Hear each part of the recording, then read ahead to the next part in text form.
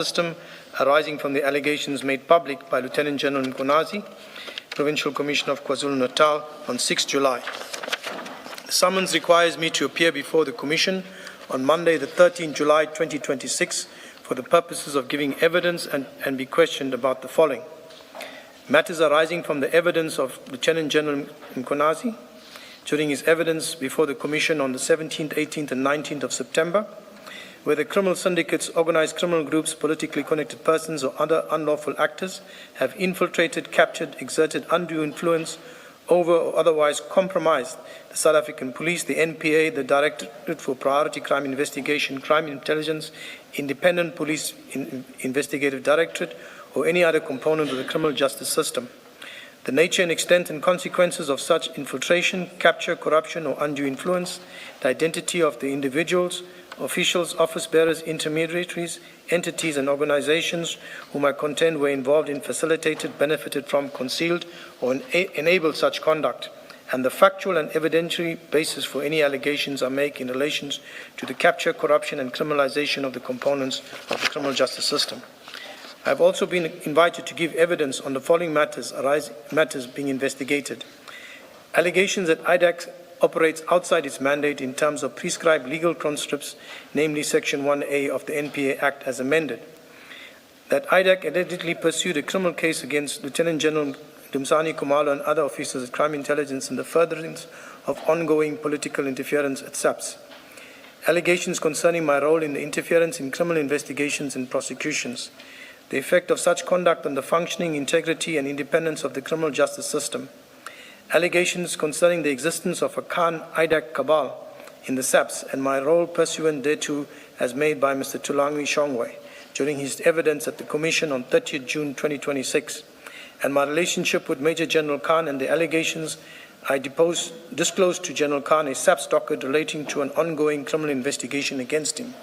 Any matter falling within the terms of reference of the Commission, I have in my previous affidavit submitted to the Commission already preferred a response in relation to paragraph 1.1 to 1.5 of the summons, and nothing further to add in respect thereof.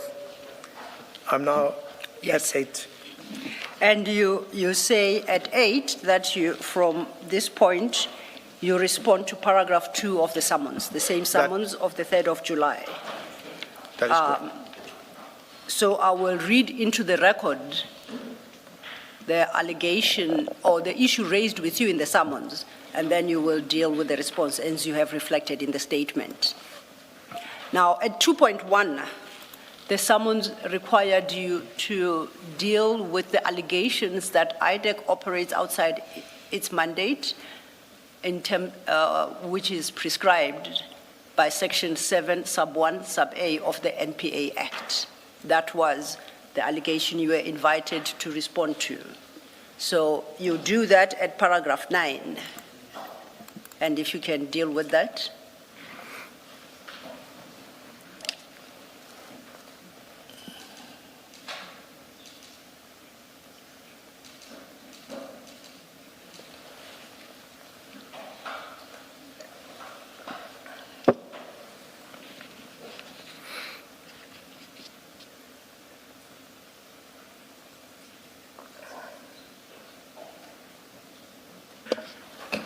Ms. Lo, exactly what I was about to talk about.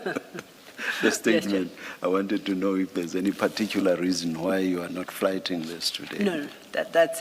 But what we are flighting are his responses. Yes, that's what I'm referring to. Chair. Yes, thank you.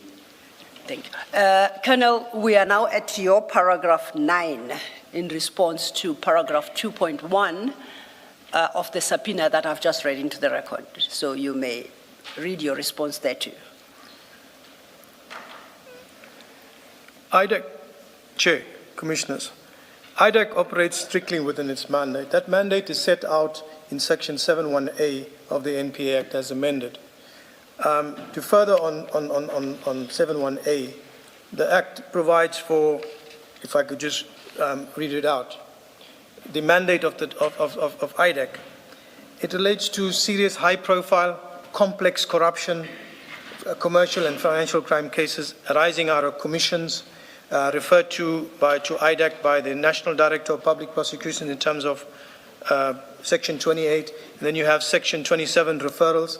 And these relate to offenses, including common law offenses of fraud, forgery, uttering theft.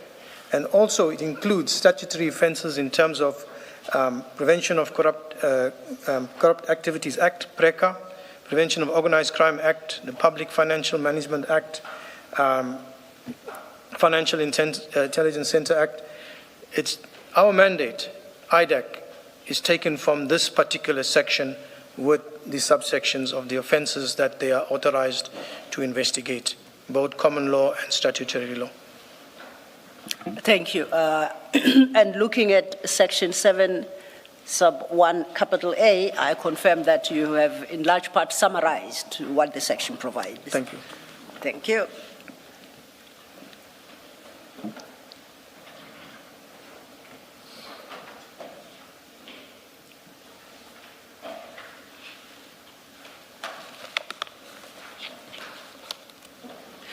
And then if we could turn to the second question under paragraph 2.2, I'll read the question. The issue into record as reflected in the subpoena, you were requested to deal with the issue as stated. I quote, IDAC has allegedly pursued a criminal case against Lieutenant General Mbuyiseli, Khumalo, and other officials at Crime Intelligence in the furtherance of ongoing political interference at SAPS, close quote. So that's what's in the subpoena. You provide a response to that at your paragraph 10, page 4. So if you could read that paragraph into the record and speak to the issue raised in paragraph 2.2 of the subpoena.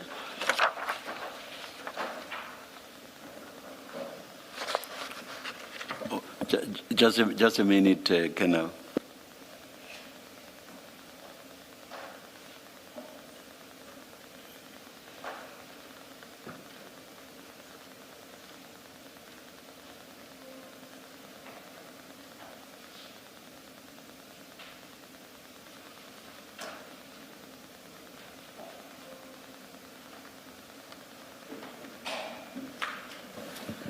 Please respond, Colonel.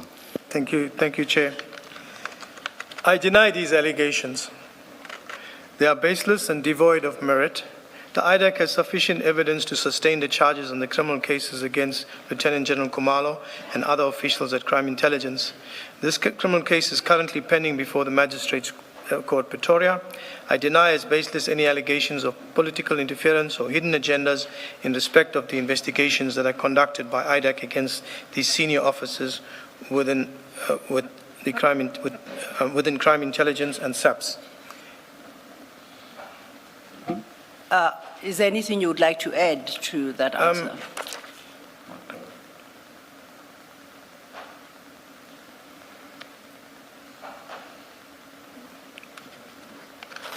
There is no political interference.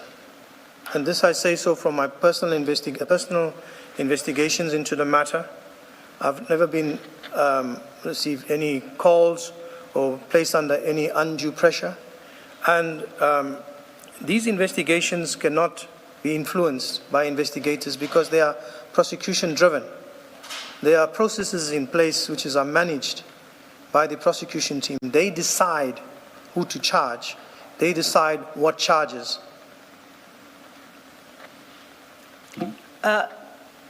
You say who decides who to charge and what the charges will be. Who does that?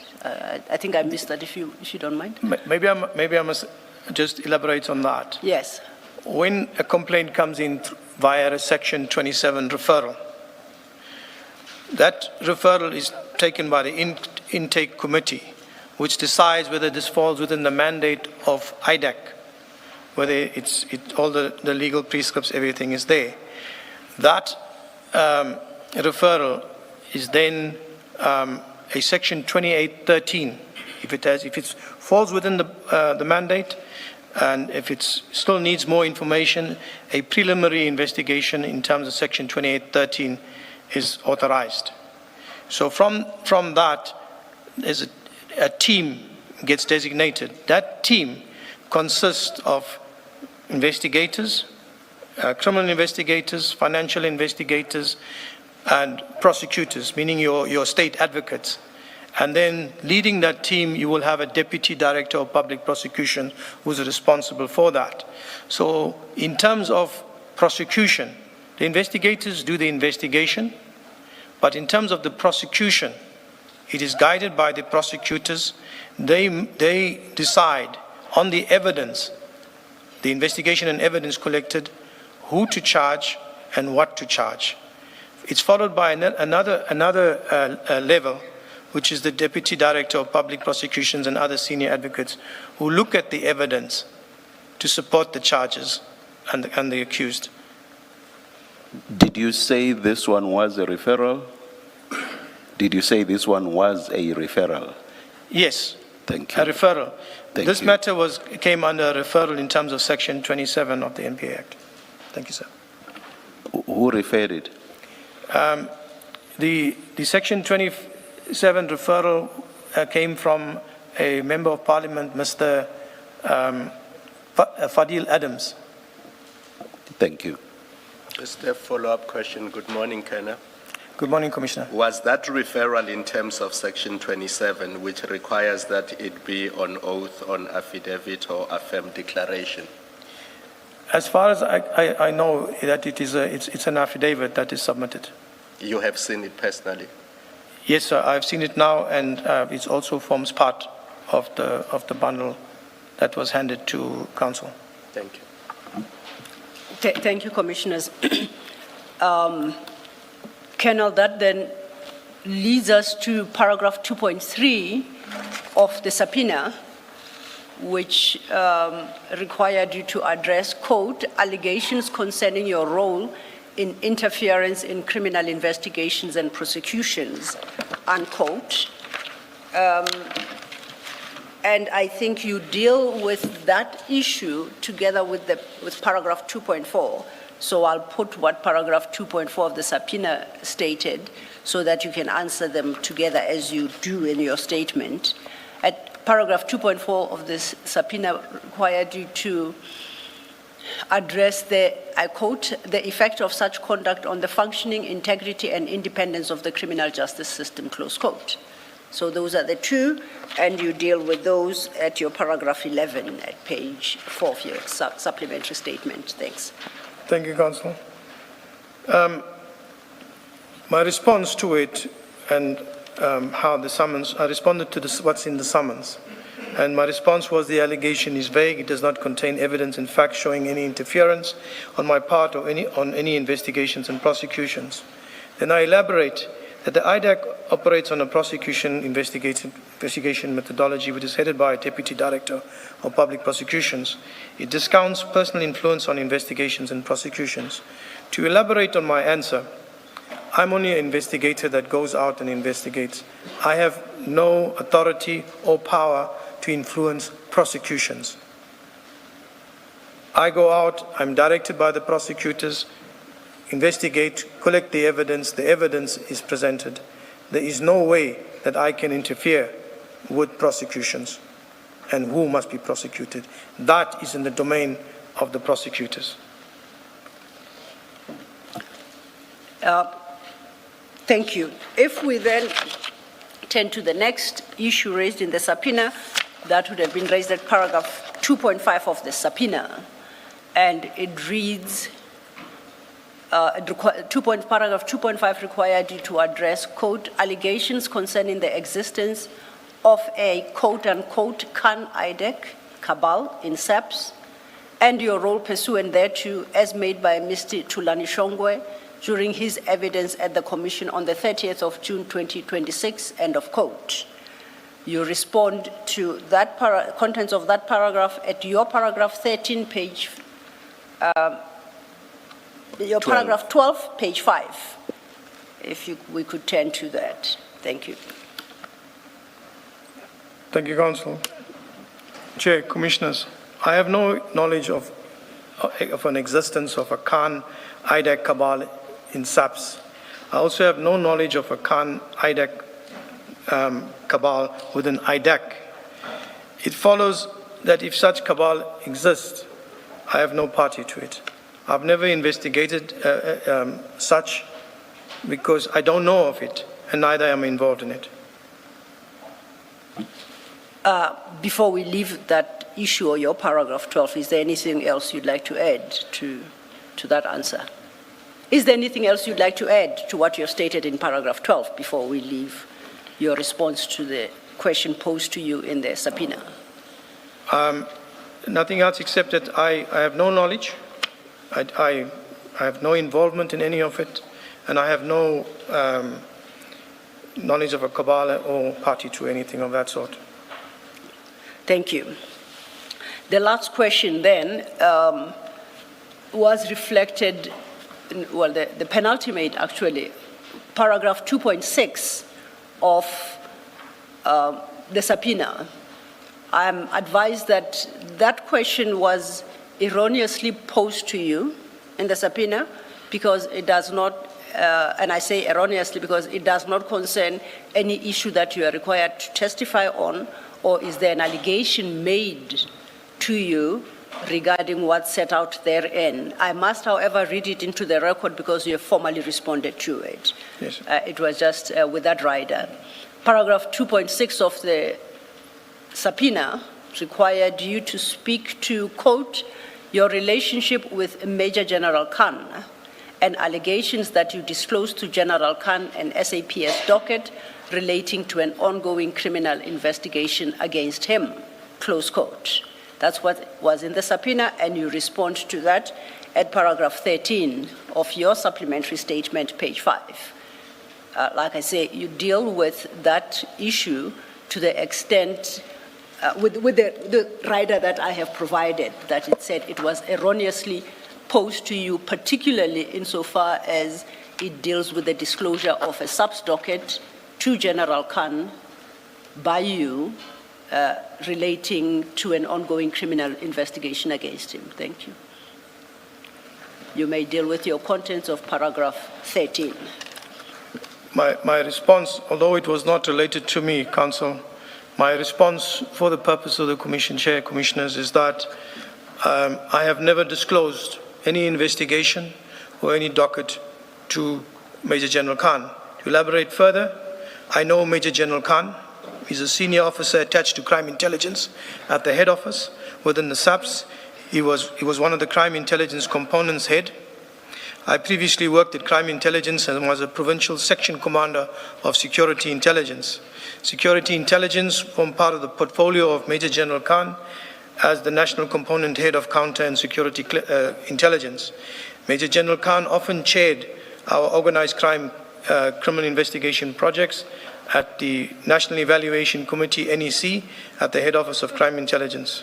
I had strictly an official working relationship with him. General Khan is also a state witness in 2 of the IDAC investigations that are pending before the magistrate's court. I am the investigating officer in both these criminal cases. The allegation that I disclosed a SAPS docket to General Khan relating to an investigation against him, I responded that it was vague. There's no information, but on it, I have a complete denial that I shared any information on docket with regards to him. I must say on this part, Chair, Commissioners, the General Khan that I know and that I worked with during this particular time is not the General Khan that I see now with what is appearing before the Commission. I had my reservations during my time at crime intelligence on senior officers there, but it was not to the extent of what is seen now. This is indeed not the person I know. Thank you, Chair. What were those reservations? Chair, I think one that stands out was within the crime. I must take you to a little bit on the history of crime intelligence. You must remember that crime intelligence was previously the special branch or the former apartheid intelligence system. And at some stage, they merged with the new dispensation CI, crime intelligence service, and they became one. And at this time there, you had seasoned veteran crime intelligence officers, as well as from the new crime intelligence which one of them was myself, that came in. And there were people with long experience, a lot of service, and especially in their ranks. And when General Khan came in, he was a colonel. And the next minute there was whispers in the passages that General Khan is now a general. So within our structure, especially the covert structure, it spreads very quickly, and everybody's, how did it happen? So I had my reservations that how did this happen? So just interactions, and as an trained intelligence operative, I had my reservations, and whenever I interact, I do not take anything that is said to me, just on the floor of it. So that's why it's kept work, official, and what is said officially, I take what I believe is true, and don't worry about the rest. That's what my input is there.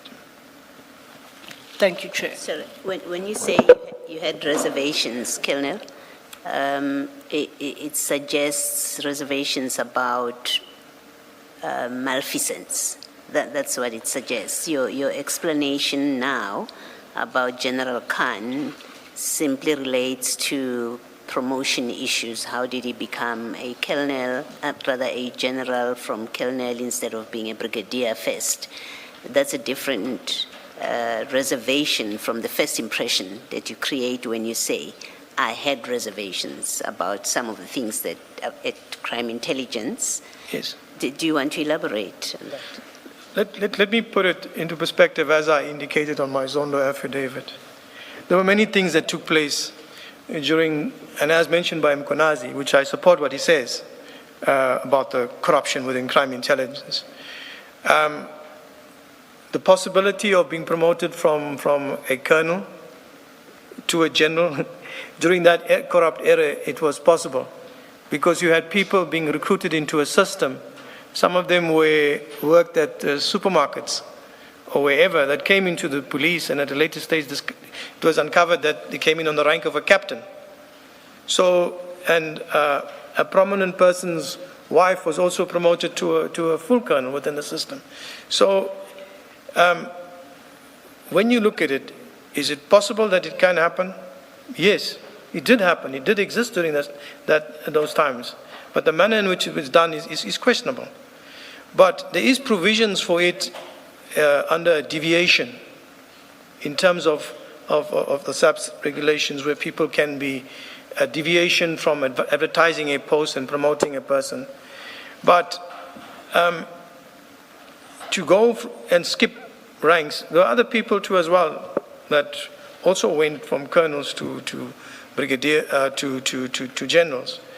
It is that system, or that what happened there, especially starting at CI, that has put us where we are today, with a system that has become so corrupt, where people are just willy-nilly promoted. Because you've got to ask yourself, so I have a question. On what basis did that promotion take place? Here you have people that are sitting 20, 30 years in a particular rank with expertise, experience, hardworking, and suddenly somebody comes in and a while later they are made a general. And in that environment, now we're talking about people that have been there for 20, 30 years. And you're talking about somebody that has just come in there and he's there for a couple of years. That's my input there, sir. All right, we'll leave it there for now, but we'll come back to it. I think you haven't answered my question. The second thing that I was going to ask you is, in your paragraph 15, what you say there, is that a reference to what you referred to earlier as 2 Brooklyn cases? Yes. Is that what paragraph 15 is about? That is correct. Okay, thank you. Thank you. I have a clarity-seeking question. Colonel, it relates to 10 and 11, if you read them together. You say IDAC operates on a prosecution-led investigation methodology. It continues. And then you mentioned your relationship with the various generals that you investigated as part of your investigation, specifically in relation to Ms. Mukwele's case, the appointment.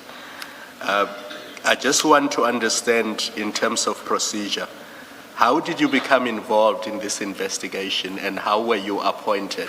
And how was this case specifically allocated to you? How did that all happen?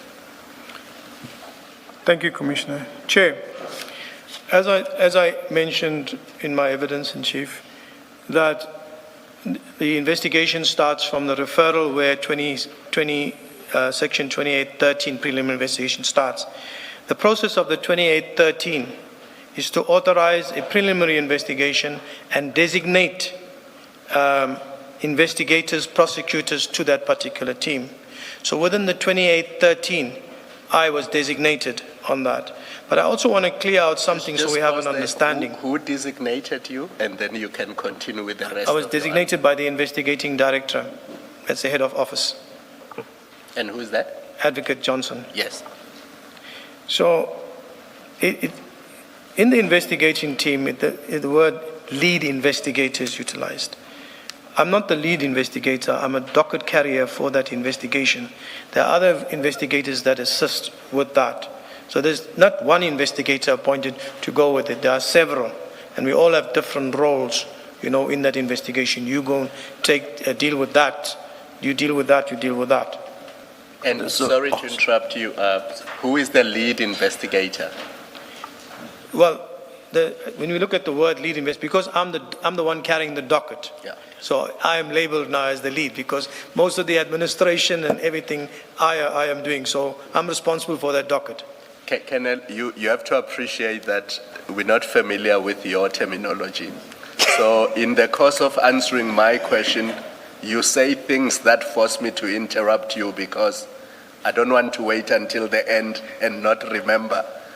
So just try to explain what's the difference between a docket carrier and a lead investigator, and give us a specific answer and a clear answer. Who in the Mokwele case is the lead investigator? Oh, in the team, there is a chief criminal investigator who is responsible for the criminal investigators. The criminal investigators in this case, who is that? Maybe let's take it step by step. There's a chief criminal investigator that you've now referred to. Who is that in this case? I didn't hear you, Commissioner. Do you need the name of the chief criminal investigator? You've told us what you do. You're the docket carrier, so we now have a name. The docket carrier is you, but you also say you've since become the chief investigator. So you have to give us the names so that we get to understand, more than anything, just so that we understand the structure, how it works. That's clear. That's clear, Commissioner. Chair, Chief Criminal Investigator Perumal is our chief investigator in that investigation team. So let me get back. Is that the lead investigator or is that different? He's in charge of the criminal investigators in that team.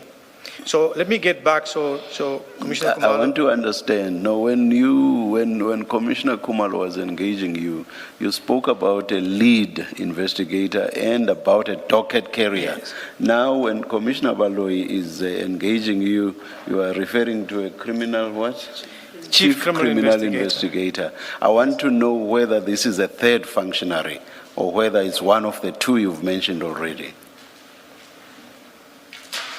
Is the chief criminal investigator one of the two you mentioned earlier, or is it additional? Is it a third functionary? You have the criminal investigators, the senior criminal investigators, and the chief criminal investigator in that investigation team. But I think just to get to Commissioner Khumalo, I look at myself as not a lead investigator. I look at myself as a docket carrier. But for the sake of it, lead, docket carrier, one and the same thing. I'll accept it as that way, sir. Colonel, I'm talking about a specific case, and Yes. that is a case involving the appointment of now Brigadier Mokwele, not the structure within IDAC. So just focus on this specific case. In this specific case, what was your role? Were you the docket carrier or were you the lead investigator in this specific case? In this specific case, to be clear on it, Commissioner Khumalo, it's not the structure of IDAC that I'm explaining. It's in the investigation, the designations. You have a chief criminal investigator that designation is the investigation of the Mukwela case. So in the Mukwela matter, in terms of investigators, you have appointed investigators, criminal investigators, and a chief criminal investigator. So the chief criminal investigator is responsible for the senior criminal investigators and the investigators. So coming back to your question, that the lead investigator or the docket carrier is myself. Yes. But I report to all my work and everything that is done has to pass through the criminal investigator, chief criminal investigator. And that would be Mr. Perumal. That will be Mr. And Perumal. who designated you? Was it Mr. Perumal or Advocate Johnson? Advocate Johnson. I must say that up to this point,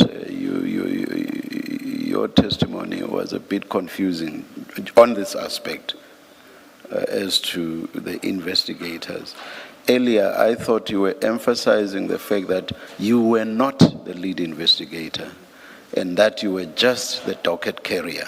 But in the end, in response to Commissioner Khumalo's last question, you now say you were both the docket carrier and the lead investigator. Yes, I know, I understand. Basically, you are contradicting yourself. Can you give us the final word? Are you going back on what you said earlier, which was laying emphasis on you merely having been, or being, because I think this is continuing, merely being a docket carrier and not the lead investigator? Are you going back on that now, and are you now saying you are both the docket carrier and lead investigator? Is that what we must understand your testimony to be? Commissioner, I think that is the way we must understand it and take it. The lead investigator who's carrying the docket. And that's what I settled at, Commissioner, for the clarity's sake. All right, thank you. Apologies, Commissioner Khumalo. Thank you, no problem. Thank you, Chair. Thank you, Commissioners. Then perhaps so we don't, particularly for our sakes, so that we don't get confused, may we not use the term docket carrier, because I accept from what you say that you use that interchangeably with lead investigator. For you, it's the same insofar as the Mukwele matter is concerned. So I suggest we drop the title docket carrier and we stick with lead investigator, and we know that is you in the Mukwele matter. Acknowledge, Counsel. I know it creates confusion, but Yes. we will stick with lead investigator. Unless Advocate Silo, he wanted to make a particular distinction which is relevant. I still don't understand why you would have mentioned the docket carrier if you are the lead investigator and it's irrelevant that you were also the docket carrier. What is the relevance of you mentioning that you are the docket carrier? Perhaps before he answers, the Yes. proposal I made Yes. is based on the response he gave to the chair in trying to clarify whether there's a difference between lead investigator and docket carrier, because originally he had said he was just the docket carrier, having identified that there is a lead investigator.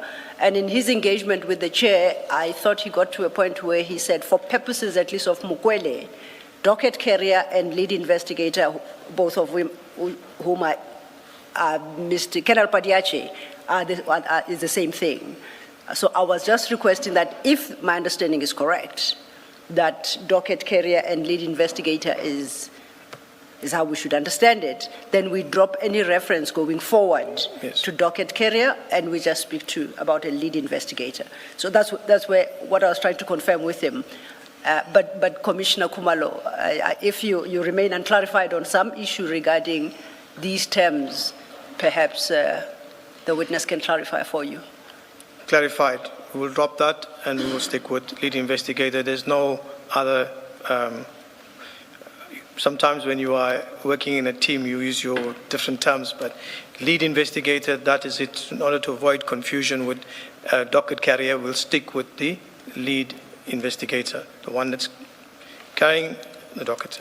I must say, the way it came across, it sounded as if you were trying to avoid responsibility about certain things and you were trying to say, oh, that's the responsibility of the lead investigator. I'm just the docket carrier. You know, like, I'm the messenger, don't shoot the messenger type of situation. I hear you, Commissioner, the inference that can be drawn for it. I think I must get the message across clear that we drop the word docket carrier, lead investigator, but in the team, I report to a chief criminal investigator. I think that makes it much more understandable from the English point of view, if I can go there. Thank you, sir. Thanks. I know you would like this to be resolved neatly in the way that you've done, but just to clarify for myself, when the team was first constituted, and this is partly, my question is partly about the structure, but also this particular case. When the team was originally constituted, would you have had a docket carrier and a lead investigator and a chief, what is it called? Chief investigating, the position held by Perumal. Would you have had a docket carrier and a lead investigator in this particular case? No, Chair. I think that creates, that's where I'm creating the confusion. That's why I dropped the docket carrier. But I think it comes more when you look at that team. Yes. That team that is there. There's a number of different investigations. Yes. Yeah. No, my question is simply this. On the Mukwele matter, Yes. from the outset, you were the docket carrier / lead investigator. Correct. Okay, thank you. Thank you. Thank you, Commissioner Baloyi. And perhaps just to close up this subject, because we're talking about systems and operations, do the lead investigators and the chief criminal investigators get appointed by the intake committee, or are they appointed differently? Without unpacking, just for my understanding how it works. The appointments and designations of the team is done by the investigating director with their management. That's what I know. Okay. I only get to know about it when the designation comes and you're on the designations. That's where I'm happy. Thanks for the clarification. Commissioners, I'm aware of the time, but if I may request, we're almost at the end. You're just left with 2 paragraphs to close this part of the proceedings. So I think you were at paragraph 16, you're just left with 16, 17, and 18, and then you would have completed your supplementary. If I may invite you to deal with those.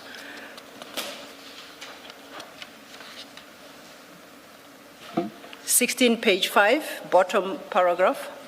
If you could take it from there into page 6, your supplementary statement.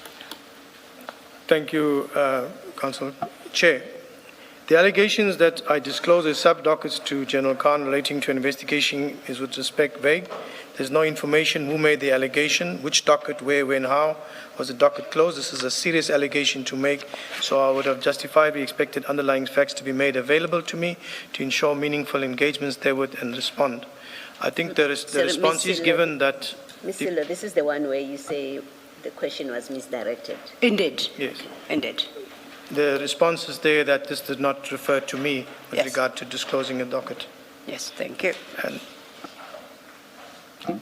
Now, just to confirm then, because what you deal with at page 16 is to an issue that was wrongly directed to you, we propose that, as with this in the subpoena, paragraph 6.5 be considered pro non scriptu, and similarly the contents of this paragraph, and to confirm for the record that you will not be engaged about any issue arising from that subparagraph which suggests that you disclosed a docket involving General Khan unlawfully to him, just to assure you. And that comment, Colonel, applies to 17 as well.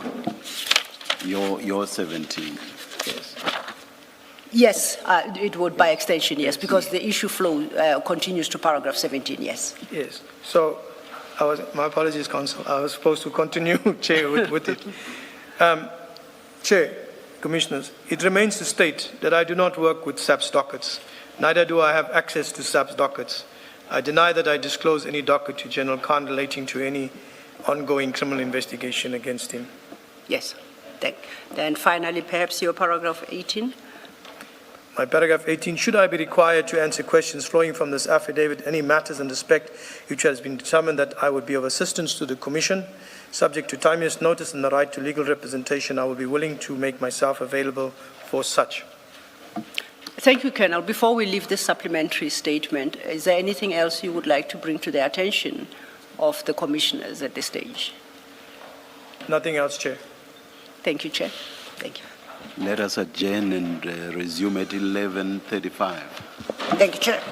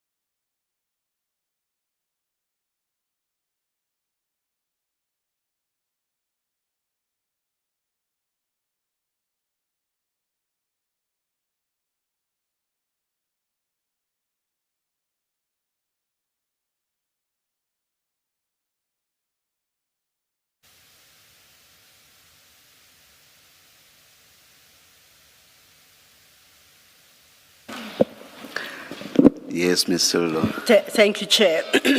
Colonel Padiachi, we have completed the first part of your testimony, which is where you had the opportunity to speak to the statements that you have provided to the Commission and to answer questions for clarification. We now turn to the second part as practice of the Commission, process of the Commission, which is to engage you on both statements. Just to perhaps give you the heads up, please appreciate that we may not do so exactly in the order that you have addressed the issues in your statements.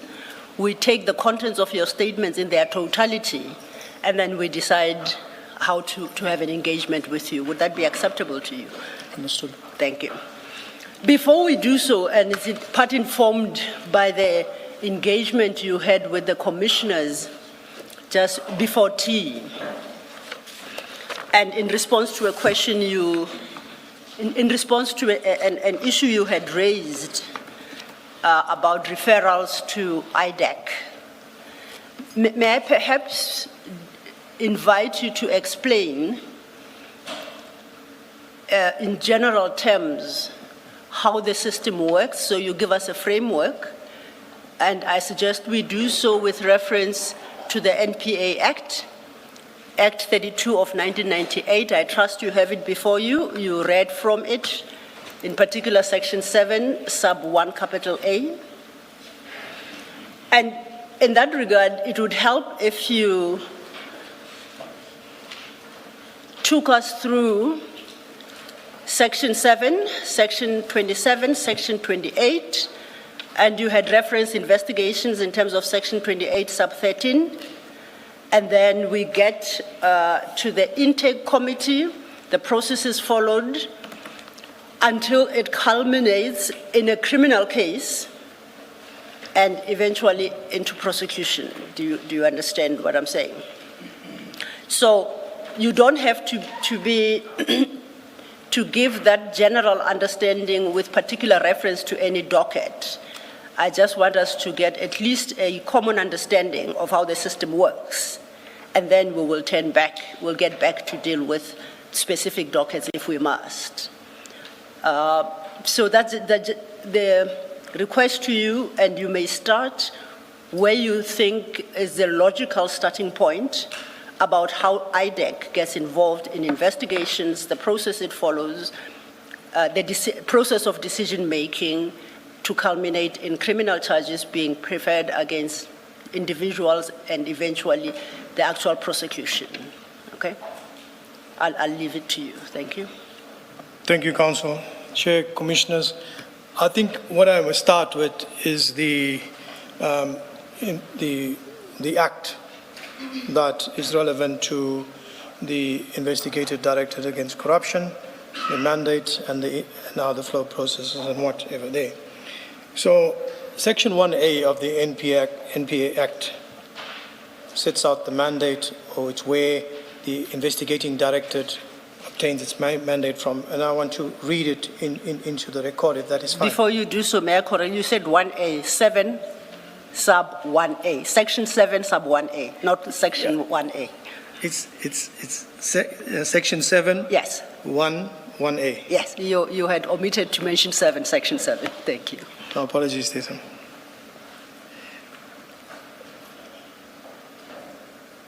Section 7, 1A. There is hereby established in the office of the National... There's 1-1. It's not... You say 7, 1-1. There is 7... only 1, A. 1. Thank you, Chair. We'll get it right. Section 7, 1A. There is hereby established in the Office of the National Director an investigative directorate to be known as the Investigative Directorate Against Corruption to investigate and carry out any functions incidental to investigations relating to serious, high-profile, complex corruption, commercial and financial crime cases arising from recommendations of the Commission of Inquiry referred to the investigating director by the National Director in terms of Section 28(1)(b), or refer to the investigating director in terms of Section 27, subject to Section 26(2), relating to additional related offences or categories of offences, including common law offences of fraud, forgery, uttering, theft, and any offence involving dishonesty. Relating to additional related statutory offences or category of statutory offences, including contraventions of Prevention of Corrupt Activities Act, PRECA, Act 12 of 2004, the Prevention of Organised Crime Act 98, Act 121 of 1998, the Protection of the Constitutional Democracy Against Terrorist and Related Activities Act 2004, Act 33, the Public Financial Management Act 99, Act 1 of 99, the Local Government Municipal Finance Managed Act 2003, Act 56 of 2003, the Financial Intelligence Center Act 2001, Act 38 of 2001, and any other statutory offence involving dishonesty. So this particular section of the NP Act is where the investigative director takes its mandate and direction from. So I will start with a flow process of how complaints come to the investigative directorate in terms of Section 27. We call it a Section 27 referral, but Section 27 of the NPA Act.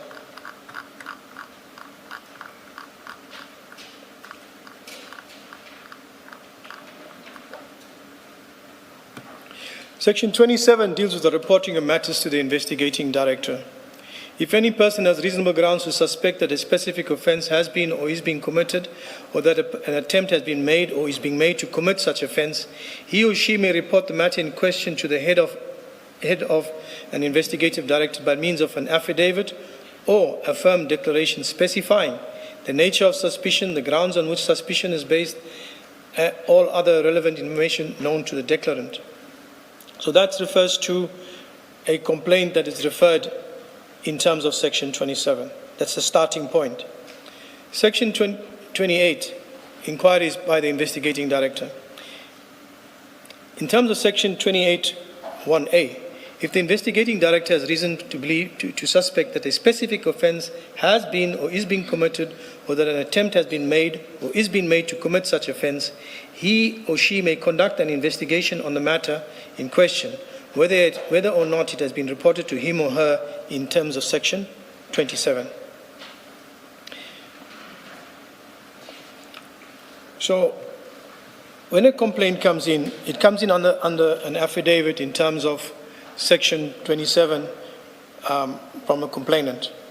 The 27 comes to the head of office. The head of office is the investigating director. It goes to the case intake committee.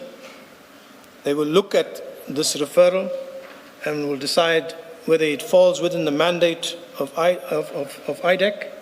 It's tested within the IDAC criteria. From there, looking at it, there will be two things that would take place.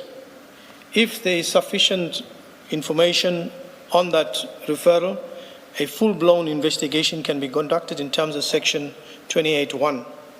If there's still further investigation to be done, then a Section 28(13) is approved for a preliminary investigation. So we start with the 27 coming in with a preliminary investigation on Section 28(13). A Section 28(13) is approved for a preliminary investigation by the investigating director, the head of office. During that authorization, the preliminary investigation is authorized. It lists out the offences that's going to be investigated. It lists out a designated team of prosecutors and investigators. So there's a list of all these people that are put in there. That is there. That designation is their authority to proceed and conduct the preliminary investigation. So once that preliminary investigation is authorized, the preliminary investigation starts. So after a period of time, investigation, interviews, subpoenas, or whatever is done to confirm that there is a preliminary case here. It is taken back to the investigating director. The matter is considered by management, and then a full-blown investigation, Section 28.1, is approved. So within the Section 28.1 investigation, if there's additional expertise, additional investigators, or other role players that need to form part of this investigation that has come up now from the preliminary investigation, these additional people are added on to the designation and authorization of this full-blown investigation. Thereafter, the team is assembled, the prosecutors, the investigators, and the investigation commences, directed and led by the prosecutors. The investigators in that team, or I should say, just to list that team, there's a Deputy Director of Public Prosecutions. There are senior advocates, junior advocates, depending on availability, one or more. And then there's a Chief Criminal Investigator who is responsible for the senior criminal investigators and the criminal investigators.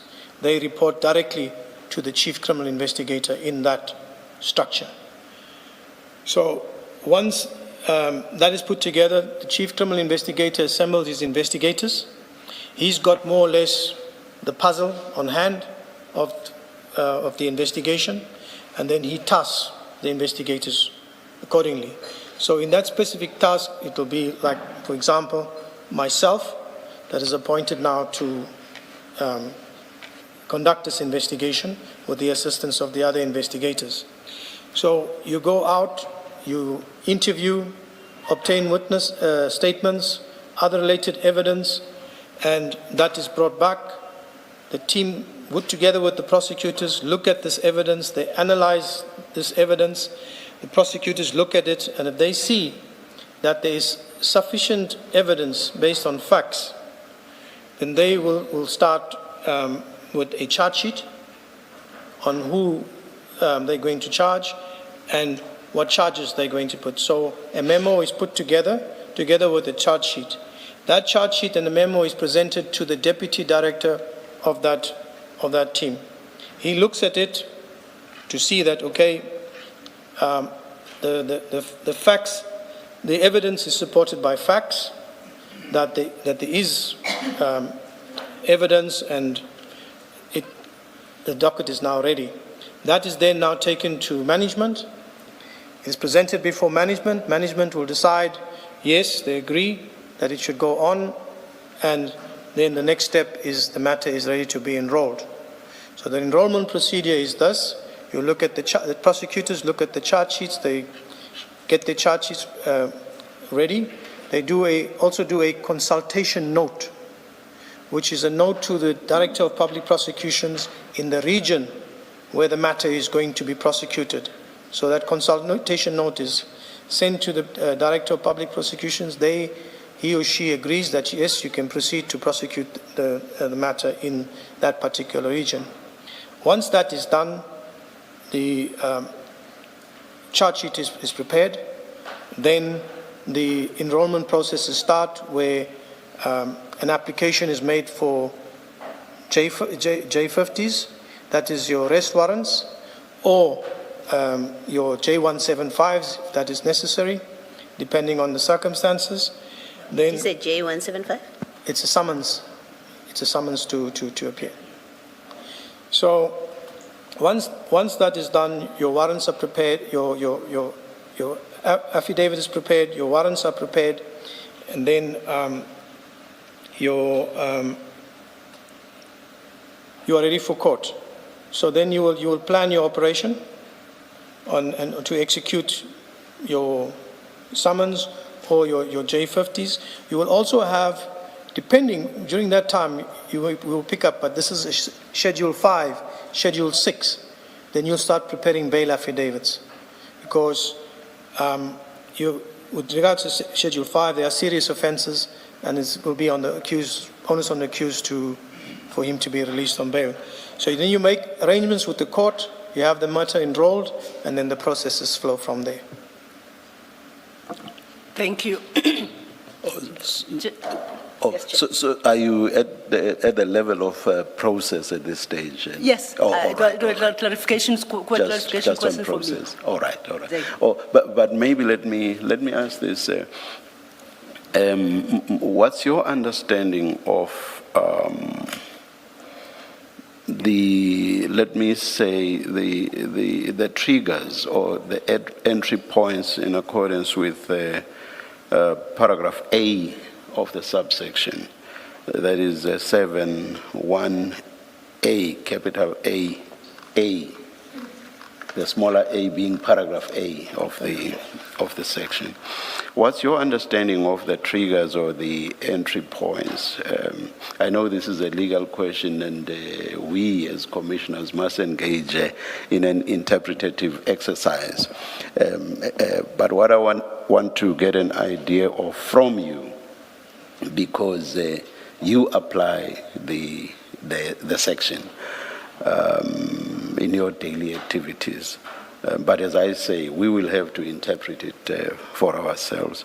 It refers to investigations relating to, I would say, three triggers: serious, high profile, or complex, and then the complex corruption. And that seems to relate, the third relates to commercial or financial crimes. But the question I want to raise is, must this be read conjunctively, in the sense that all three triggers must be present, or must it be read disjunctively, in the sense that one trigger may be sufficient? You don't have to have a serious, high-profile or complex corruption case. If it's serious, that may be sufficient, but it's doubtful that high-profile all on its own would be enough, because there's something that's not serious at all, may be high profile in the sense that it's out there in the public domain, and the public in general is interested in it, and it's high profile in that sense. So high profile may be doubtful standing all on its own. But I just want to get an idea of how you apply this in practice. Is it disjunctive? Is it conjunctive? So my understanding of it is that it's just serious and complex corruption. That's how I look at it and how I read it from my perspective. So all three triggers, as I call them, must be present. Is that what you mean? When you look at the serious, high-profile or complex corruption, any one of the three, it's any one of the three. So it's disjunctive. Yes. Thank you. If I may follow up. But as I said, it's our function to interpret it. Thank you. If I may follow up on that, and I do appreciate that interpretation is a function for the commissioners. Perhaps how do you treat Section 7(1)A within IDAC? If you are confronted with a Section 27 referral dealing with a high-profile or complex corruption case, do you require it to be serious, or it doesn't have to be serious? As long as it's a high-profile or a complex corruption case, you handle it.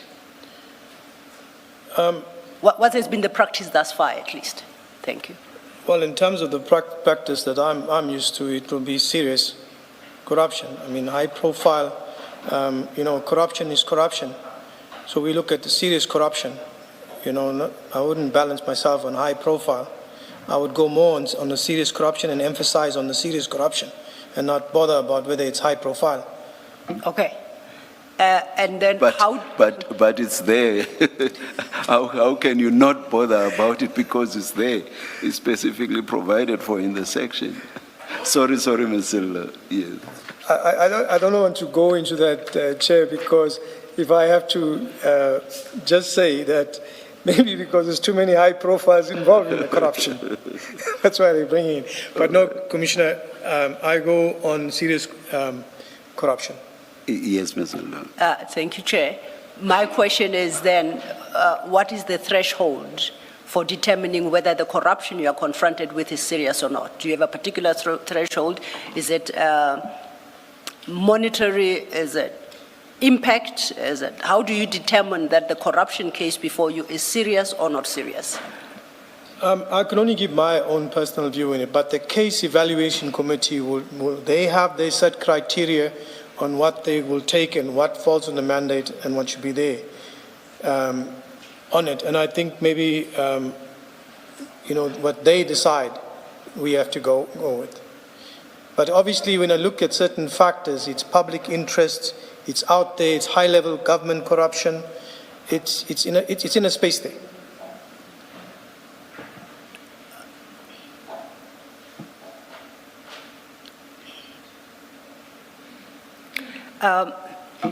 And perhaps, as the chair correctly pointed out, you not being a lawyer, I shouldn't get carried away. It might be unfair on you. But I think you gave a good indication of where perhaps we may take this question for our own clarification. You said the evaluation committee determines what is serious based on a number of factors that you don't necessarily have to know about. Exactly, and I don't have any authority on that matter. Because they would decide and it will come down to us. I'm happy with that. Who constitutes this evaluation committee? That is one. And does the head of IDAC, is the head of IDAC part of this committee or not? Chair, Commissioners, I can't comment on that because I don't have the knowledge of how they operate on management. I'm still a couple tiers below that, so I don't have on that level. No, I will insist on my question.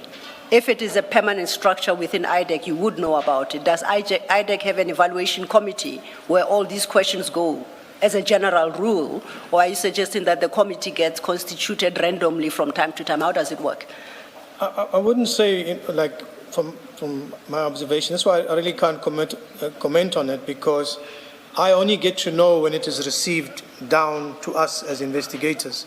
So as far as a permanent structure that's on the organigram or somewhere, it's not there. From what I know is that a case intake committee is put together. It consists of the ID investigative director himself and her management.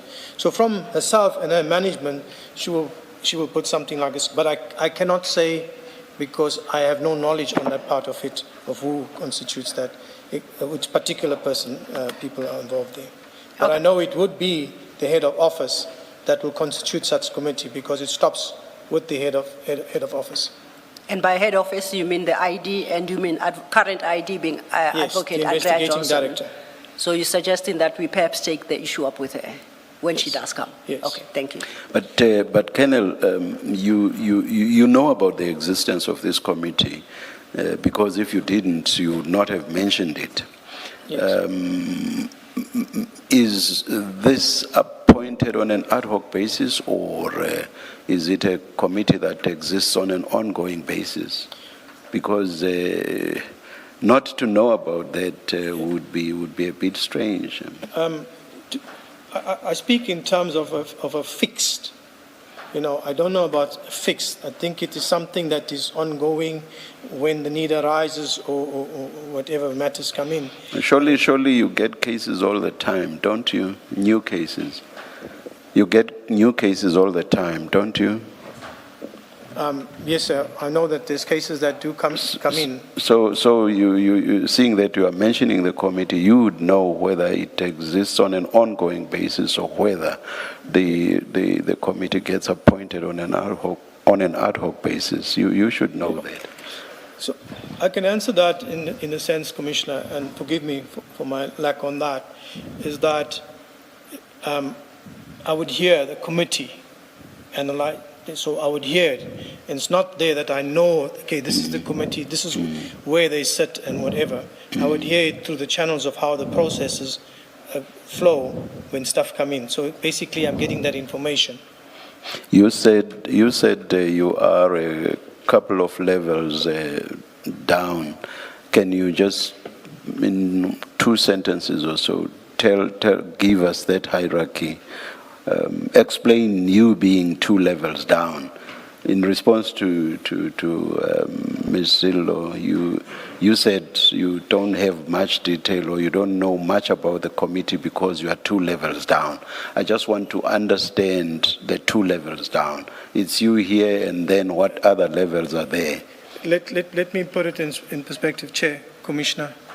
You have the head of office, then you have the deputy directors of public prosecutions. That's your man, and then you have your chief criminal investigators, chief financial investigators, and your chiefs in the others. So that are the 3 levels of management. Below that, you have your senior state advocates, you have your senior criminal investigators, senior financial investigators, and below that you have your state advocates, criminal investigators, financial investigators.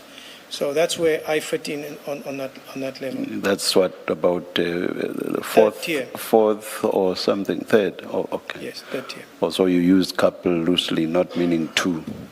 Yes. Thank you. Thank you, Chair. Thanks. I think, as you suggest, we will take it up with the ID. Yes. When she just might be able to cast light on this. Yes, I think she will be better placed Yes. to explain it. Okay. Thank you, Chair.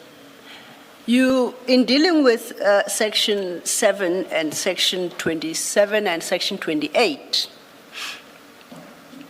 you drew a distinction between preliminary investigations, and you then referenced the appointment of this team, including prosecutors, leading up to the drawing of the charge sheet, and then applying for the warrants of arrest, correct? You did that. Yes. Now, I need to understand, the Section 27 referral is received. It follows the process as you have outlined. It is considered by the intake committee, and they decide whether or not it falls within the mandate, and all those steps. At which point does it convert from being an internal investigation to a criminal case? And what is the trigger for that? Once from my understanding, as I explained, once the intake committee decides, no, this falls within the mandate of IDAC, the investigating director and the management and the investigating director, authorizes a Section 2813 investigation, which is a preliminary investigation. She authorizes it, appoints and authorizes and appoints. When Section 2813, that's a preliminary investigation. As I understand, perhaps if we look at 2813, just so we don't talk at cross purposes, if we could turn to Section 28 sub 13. Do you have it? Yes. Okay, it reads, and I quote, if the investigating director considers it necessary to hear evidence in order to enable him to determine if there are reasonable grounds to conduct an investigation in terms of Section 1A, the investigating director may hold a preparatory investigation. So at the point where the Section 27 complaint goes to the intake committee, to get into Section 28, what's the outcome of that process? Is there a decision to proceed with a Section 2813 investigation, or does it then become an investigation, as you said, in terms of Section 28(1)(a"? I'm trying to... If there's, in the referral, there's sufficient evidence, information, everything, then there's no need to go into inquiry. You can go into a full-blown investigation. Okay. Because the initial part of it, the preliminary, is to verify that information, do your necessary investigation, and then when you see that, no, there is substance, there's a prima facie here, then it goes into a full-blown investigation, which in terms of Section 28(1). So Okay. The preliminary is just to confirm, identify this, etc. I'm clarified. Now that we are in an investigation, what is the trigger for it to become a registered criminal case? Or is it a registered, does it become a criminal registered case at that point when it becomes an investigation? If you could just clarify for me. A criminal case can be registered during both phases. Okay, Because while you're busy with the preliminary investigation, you're going to find that there is prima facie evidence and et cetera. Then you will register a case. okay, So moving into, if you register it in the preliminary investigation, that will be your reference on the 28-1 when you're conducting your investigations. On the preliminary investigation, you will be busy with an inquiry number. okay. I'll catch up at some point. Now, no, thanks. That is quite helpful because if there are no further generalities as regards the framework to provide to the commissioners, then I would like to apply what I believe I have learned to specifically the Mukwele investigation, which is what General Khumalo specifically complained about and on the basis of which you were issued with a Rule 3 notice. Okay. Mbuyiseli, before you go there, can I just get clarity from the Colonel? Colonel, IDAC is part of the NPA, right? It's correct, sir. Yeah.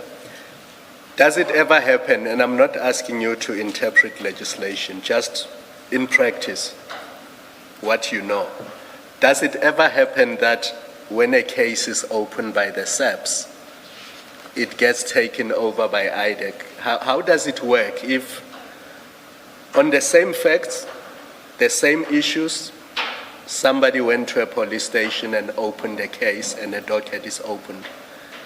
How does that in practice reach IDAC? And if there's already a case with SAPS, does it ever happen that IDAC takes over the investigation and runs with it? So, Commissioner, what I can say there is we would normally get, if SAPS decides they have a case which they want to refer to the investigative director for some other reason, yes. But when you look at a complainant that has referred a matter to SAPS and is not satisfied because alleged corruption or something that's, that he suspects with regards to his case not being investigated properly.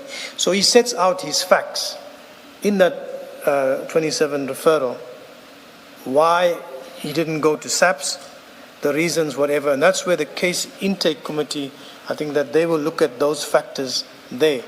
I presume that that's what they do there to decide whether, look, it falls within our mandate, no, this should go to SAPS. So it's all what is there in that referral that is there. So, in the case where there's been a referral first to the SAPS, and then now there's a Section 27 referral, and your committee, your intake committee, has decided that this falls within your mandate, the IDAC mandate, and IDAC takes that over. What does that now not result in parallel cases? If there's no formal takeover from the SAPS, don't you end up with a case within the SAPS because it's been reported in the SAPS system and it's not been withdrawn, but the same case has now been referred to you by the complainant in terms of Section 27? How does IDAC deal with that? Commissioner, the only matter that I can relate to that with something like that, because I hadn't had the experience of yet where there's a docket at SAPS and then IDAC takes it over. The particular situation that where I can personally say, okay, because I know of it, is where dockets was opened by a complainant at various police stations, and then he was not happy, and these dockets, he didn't hear about them, and these dockets were closed. So when that Section 27 referral came, we looked at these cases, we requested the case dockets from the SAPS, and I think it was the inspectorate that had the dockets, but the dockets were closed. And then we took those dockets. We requested them, and we took those dockets to assist us in our investigations. But in other examples where something is that SAPS is already investigating, They're running with that investigation. Like in this particular matter, on one of the legs of the matters that we are busy with, DPCI is already engaged with that, so we are not involved with it, because it's also reported that this particular thing took place. And when we looked at it, it's in DPCI space. We liaised with them, they are busy with their investigations, so that doesn't form part of our leg. We stopped there and we said, no, they're busy with it. Still at a general level, but using these facts the present facts of the Mukwele matter, but I'm still having a general discussion with you. We know the complainant from other evidence. We know that Member of Parliament Adams, he went to police stations to report before this matter of Mukwele gets escalated through, you say, Section 27 to the IDAC, but we know that he started at police stations. I'm trying to understand that. How do you deal with that kind of situation, which we know is the facts in this case? Am I getting you clear on that, Commissioner? Okay, let me try again. Member of Parliament Adams Commissioner? goes to a police station to lay a complaint against General Khumalo and others relating to the Mukwele appointment. He does that. And then he decides to refer to IDAC in terms of Section 27, the same complaint. He completes an affidavit and he submits it to IDAC in terms of Section 27. My question is, how does IDAC deal with that? Because on the face of it, it looks like you still have an active complaint under the SAP system because it's not been closed or withdrawn, but the same complaint is now with IDAC. How does IDAC manage that? In the particular matter, Commissioners, a request is made for the dockets with SAPS. And like I said, the dockets were open in Cape Town and other police stations, which found its way to the inspectorate. And we requested those dockets. We said to SAPS, we received a complaint and we require these dockets. So the dockets were given over to us. In the dockets, there was hardly anything in those dockets. So what we did, because there's hardly anything in those dockets, we started to investigate further. So you took over yes, the SAPS investigation. Yes. Does it mean that investigation that complaint which was lodged at SAPS is now closed? Is that how IDAC deals with it? It's now closed, we are now investigating it. All right, thank you. And to add more, Commissioner, on the system, on the SAP system, it will show that dockets are in possession of IDAC. And IDAC is responsible for that docket, and all the processes that flow must be still reported to keep the CAS system or criminal system updated. I guess what I was trying to understand is the principal position of you don't say, but the matter is already with SAPS. IDAC doesn't say that. IDAC takes it over. Takes it over. Okay, thank you. So you don't have like a duplication running on the same matter. Thank you. Thank you, Commissioner. It's a matter I was going to seek your explanation on, but now that Commissioner Baloyi has started, I might as well pose my questions. You say that the dockets, and in this specific case, I said let's turn to I'll call it for the Mukwele matter, and I mean no disrespect, and so terming it, but just for ease of reference. You say you requested the dockets that Mr. Adams had opened in Cape Town and in Gauteng from SAPS, and then you assumed responsibility for the investigation. My question is, in so doing, is it a negotiated settlement between IDAC and SAPS, or is IDAC asserting its authority that as soon as it receives Section 27, the law empowers it to collect the dockets and take charge of the investigation? Can you explain how that happens? And if you are asserting your authority, it might help if you refer me to a specific section, whether in the NPA Act or any other prescript you can think of. Thank you. Chair, Commissioner, Apologies, let's just give the commissioners a moment, thanks.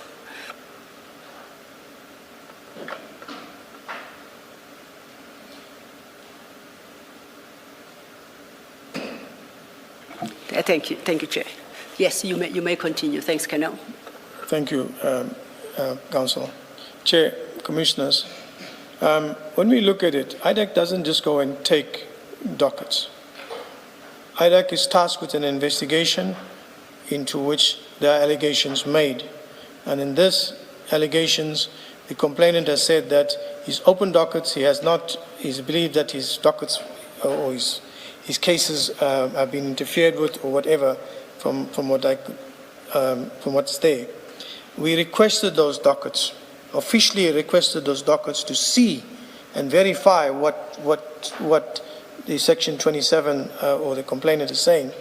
So we requested those dockets. When we looked at those dockets and with the referral, it confirmed those dockets do exist and that those dockets were not really investigated. There was just that there was insufficient evidence or whatever in those dockets. Was it like 6 or 7 of them? So from the... When you say 6 or 7 of them, are you saying there were 6 or 7 different complaints?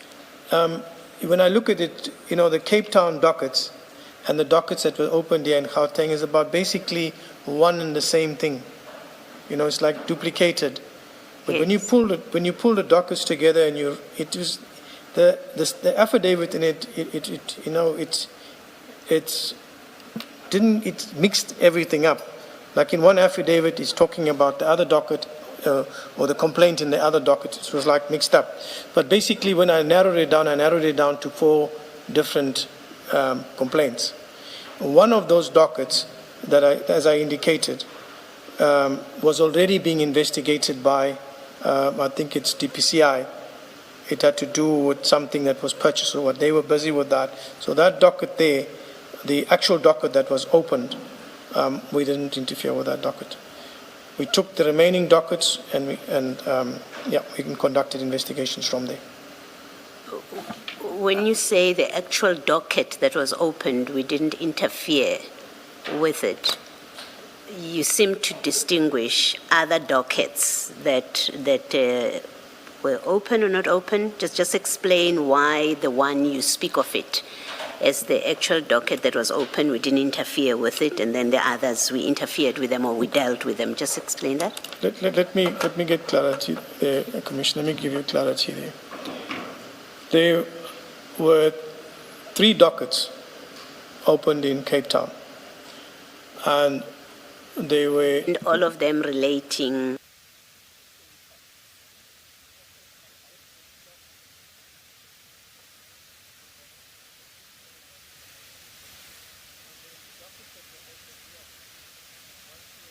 repeated under a different CAS number.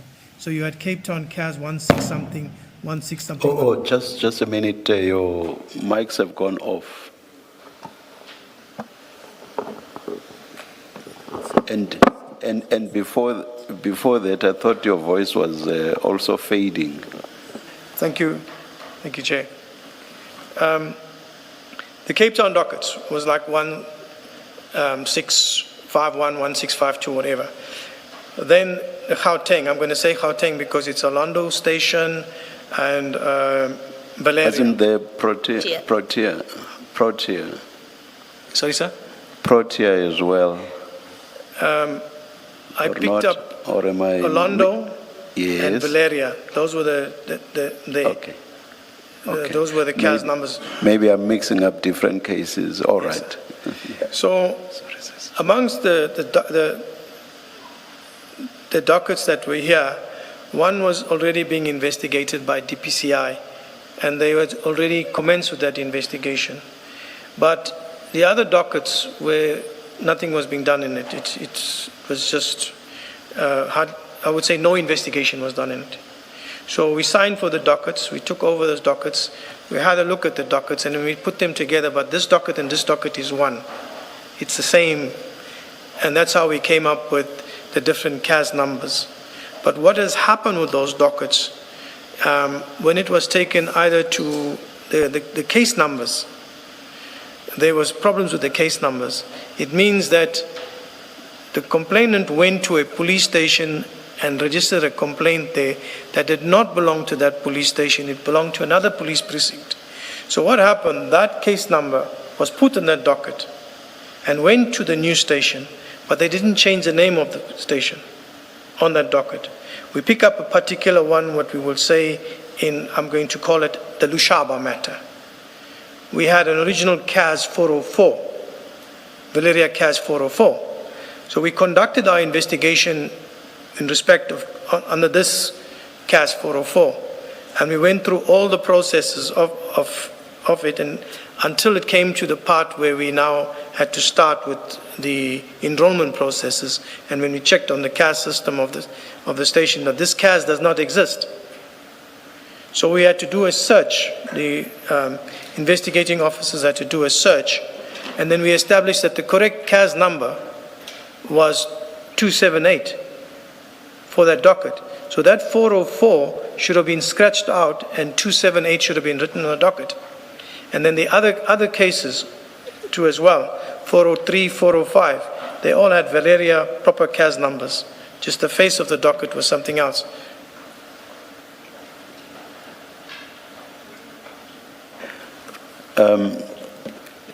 Colonel, you say that the complainant, Mr. Adams, came to IDAC and complained about the progress or lack of it on the dockets.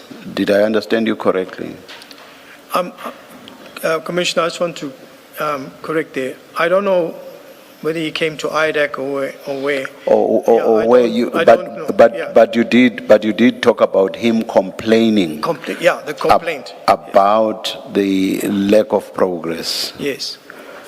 And if he did not come to IDAC, how did his unhappiness about the lack of progress come to IDAC? I'm sure you've explained this, but I just want to understand, because I sort of assumed that the complaint was made to IDAC, which is what brought IDAC into the picture.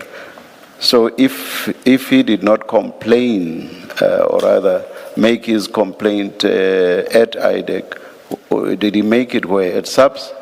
And if at SAPS, where within SAPS? I'm sorry if you've touched on this. My questions stem from my misunderstanding, because, as I say, I thought the complaint was made at IDAC. Commissioner, the complaint, everything is in the referral. So he made his complaint in the referral.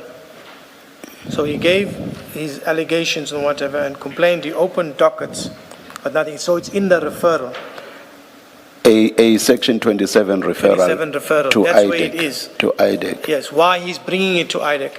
I'm bringing this complaint to IDAC because I opened the cases there. It's in the Section 28 referral. So I'm correct then when I say the complaint was made at IDAC.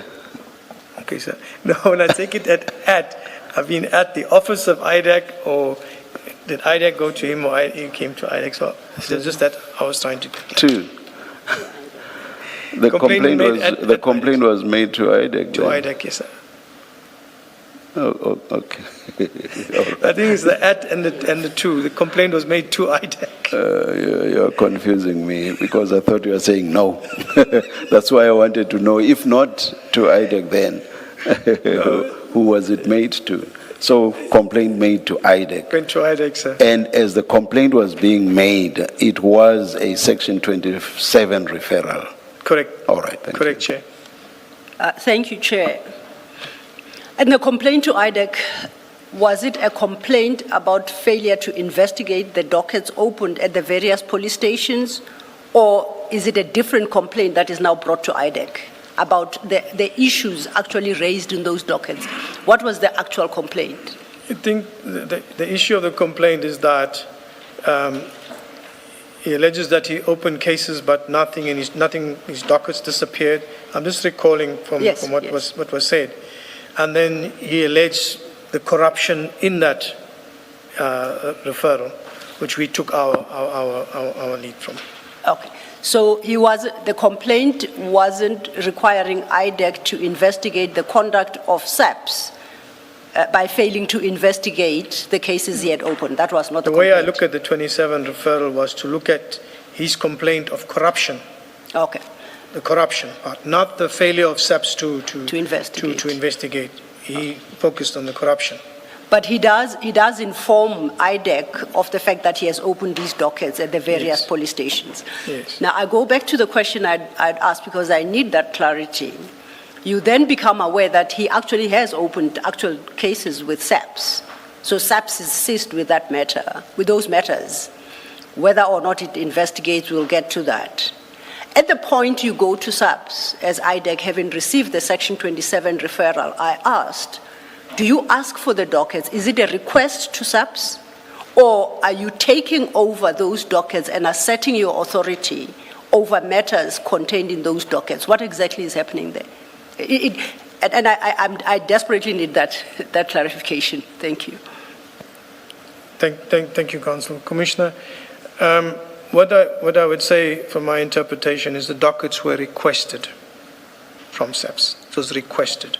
So if they are requested, then it is open to SARS to refuse the request. Is that ever an option for SAPS? Yes, there's a possibility of SAPS refusing. Okay. And how is this request expressed to SAPS? Is it in writing, maybe to National Commissioner, dear National Commissioner, right, from IDAC, or is it verbal, or is it by showing up at the respective police stations and requesting the documents? My apologies. How exactly is the request made? I believe that request was done in writing. It was done in It writing. was done in writing. And it would have been by and addressed to who? It would have been addressed to, I think during the initial part of this request, I was not on the investigation at that stage. So I'm just recalling from what was said. I think it was to the head of the detectives, to the head of detectives, if I can recall, but I'm not too sure, subject to requesting those dockets. Yes. And those dockets, as far as I can recall, were lying at the inspectorate and not at the detective or at the station. It was lying at the police inspectorate. Okay. So the request is made to head of detectives. Of course, you do Yes, say subject to yes, correction. yes. But there would be a formal request that we Yes. can locate. Yes. By, would it be correct to assume at that stage, would it be by the ID, or who within IDAC would address such a request to the head of detectives? The request would have come from the head of office. Okay. That's what It you will call come the from ID. the head. Yeah. Okay. Anything will have to go through the head of office before it goes out. Okay. So I will try and track that down. Thank you so much. That helps. IDAC, sorry, Mr. Lolo. IDAC would not have been entitled to simply go ahead with the investigations. In terms of Section 27, it would have had to be satisfied that there were reasonable grounds to suspect that a specified offense has been committed. That's what Section 27 says in so many words. So you don't just get into a matter and as you go along, you end up finding that there is indeed something here. And you end up formulating charges and you commence a prosecution. That's not how you do it. You must be satisfied at the point of entry when the person comes to make a Section 27 referral. You must be satisfied that there are reasonable grounds for the person's suspicion. Yes. Is that what happened here? Or did IDAC just take on the matter once Mr. Adams came to you to complain about the lack of progress? The allegations made by Mr. Adams was serious. No. This is not about the seriousness of the offenses. The antecedent question is there in existence, or are there in existence reasonable grounds for the suspicion that a specified offense has been committed? You don't start at the tail end, which is, but are these serious allegations? The entry point is, this person coming to make a Section 27 referral, does this person have reasonable grounds? And testing reasonable grounds is objective. So you don't rely on what the person says. The question is, objectively, when I look at this, are there indeed reasonable grounds for the suspicion? So that's where my question is. You do not, as you seem to suggest, look at the tail end. Are these serious allegations? And if they are, we go ahead. There may be serious allegations, but serious allegations may be unfounded. Yes. Do you get what I mean? Yes, sir. So there must be reasonable grounds for suspecting that a specified offense has been committed, and obviously, or implicit in that, is that the offense has been committed by the person complained against. Yes, sir. Do you follow me? Yes, sir. Can you now respond? Yes, sir. That referral was sent to the case committee. They looked at that referral. They made a decision that it falls within the IDAC space. My So focus. the decision on accepting it, and that it has grounds, reasonable grounds or whatever, that reasonableness, the grounds, is determined by that committee that sat there and made that decision, sir. That's the most that I can say on that. Thank you. Yes, Mr. Law. Thank you, Chair. Before you, Yes, before you yes, miss ma'am. it. Colonel, Section 27 says a specified offense. So it's a specified offense that gets referred in Section 27, in terms of Section 27, right? Now, you have to look at what is a specified offense, right? It refers to a specified offense, and here specified offense is a defined term.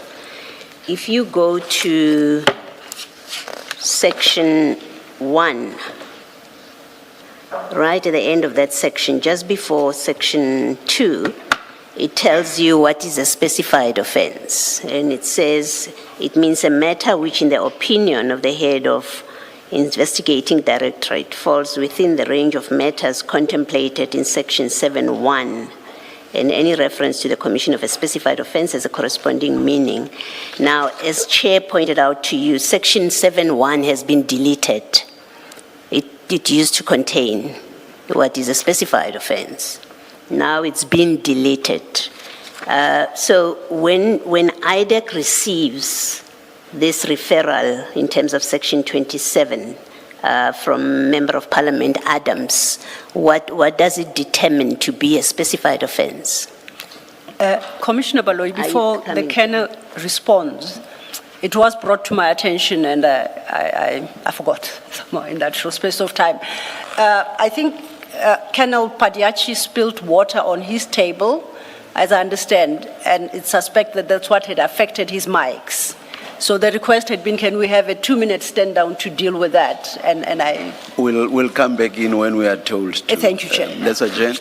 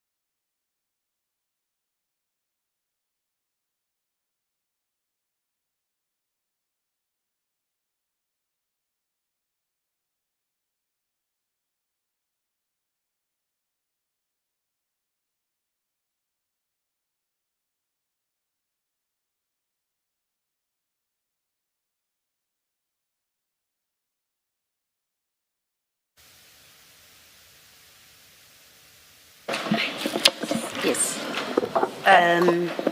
Colonel, I had asked you a question before we adjourn, but let me address it differently. Mr. Botlane, during the short adjournment, I checked with the evidence leader whether this is a topic that they intend to cover about the definition section, that it doesn't contain a definition of a specified offense, and yet Section 27 is relied upon. She indicated they would cover it. But on reflection, actually, I consider it may be not very useful to engage this witness about it. It's a question that should be reserved for the head of IDAC, because she's the one that comprises committees, she knows the protocols, she knows what is applicable. So I will not pursue that question with this witness. Thank you, Commissioner. Okay. You had, Colonel. Thank you, Commissioner. Okay. Thank you, Commissioner Baloyi. That was the comment I was going to make, that the ground we are covering now is ground that we had hoped to have covered by yesterday, because that would speak to the mandate, the power, authority, of IDAC in general, and that this current witness would then plug in and be specific in the context of the framework already laid out on the dockets that have been tendered to the Commission. So because we didn't have the benefit of that evidence yesterday, there was an attempt to at least contextualize what his real evidence and testimony to the Commission is by referring to the Act and its provisions. But it was never intended to have a legal engagement with him on the Act. Thank you, Commissioner. So the Commissioner is not insisting on an answer to her question. We may park that for Advocate Johnson when she returns. Commissioner Baloyi confirms. I'm not the witness. If then you don't have to answer that question, I then would like to move on to the actual docket. Having understood, as I think I have, or I hope I have, how the system works within IDAC, I would like us to refer to what I call the Mukwele docket that IDAC disclosed to the Commission. And for that purpose, I would like to refer us to Commissioners CJC 377, and that will be in file 3, starting at page 681. The help is coming to locate the correct file. Can I?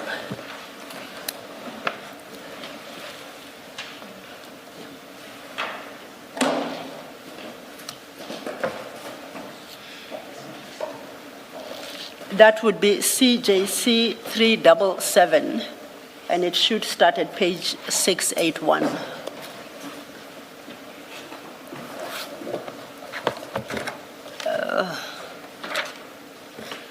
While we are locating that, may I just, I'm looking at IDAC's representatives, and I just want to check something.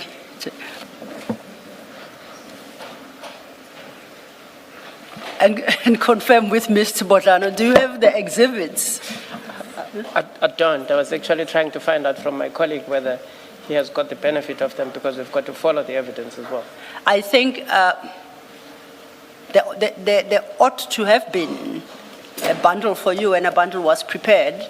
It probably is somewhere here in the building, but for the moment, may we loan you Advocate Mutasedi's bundles?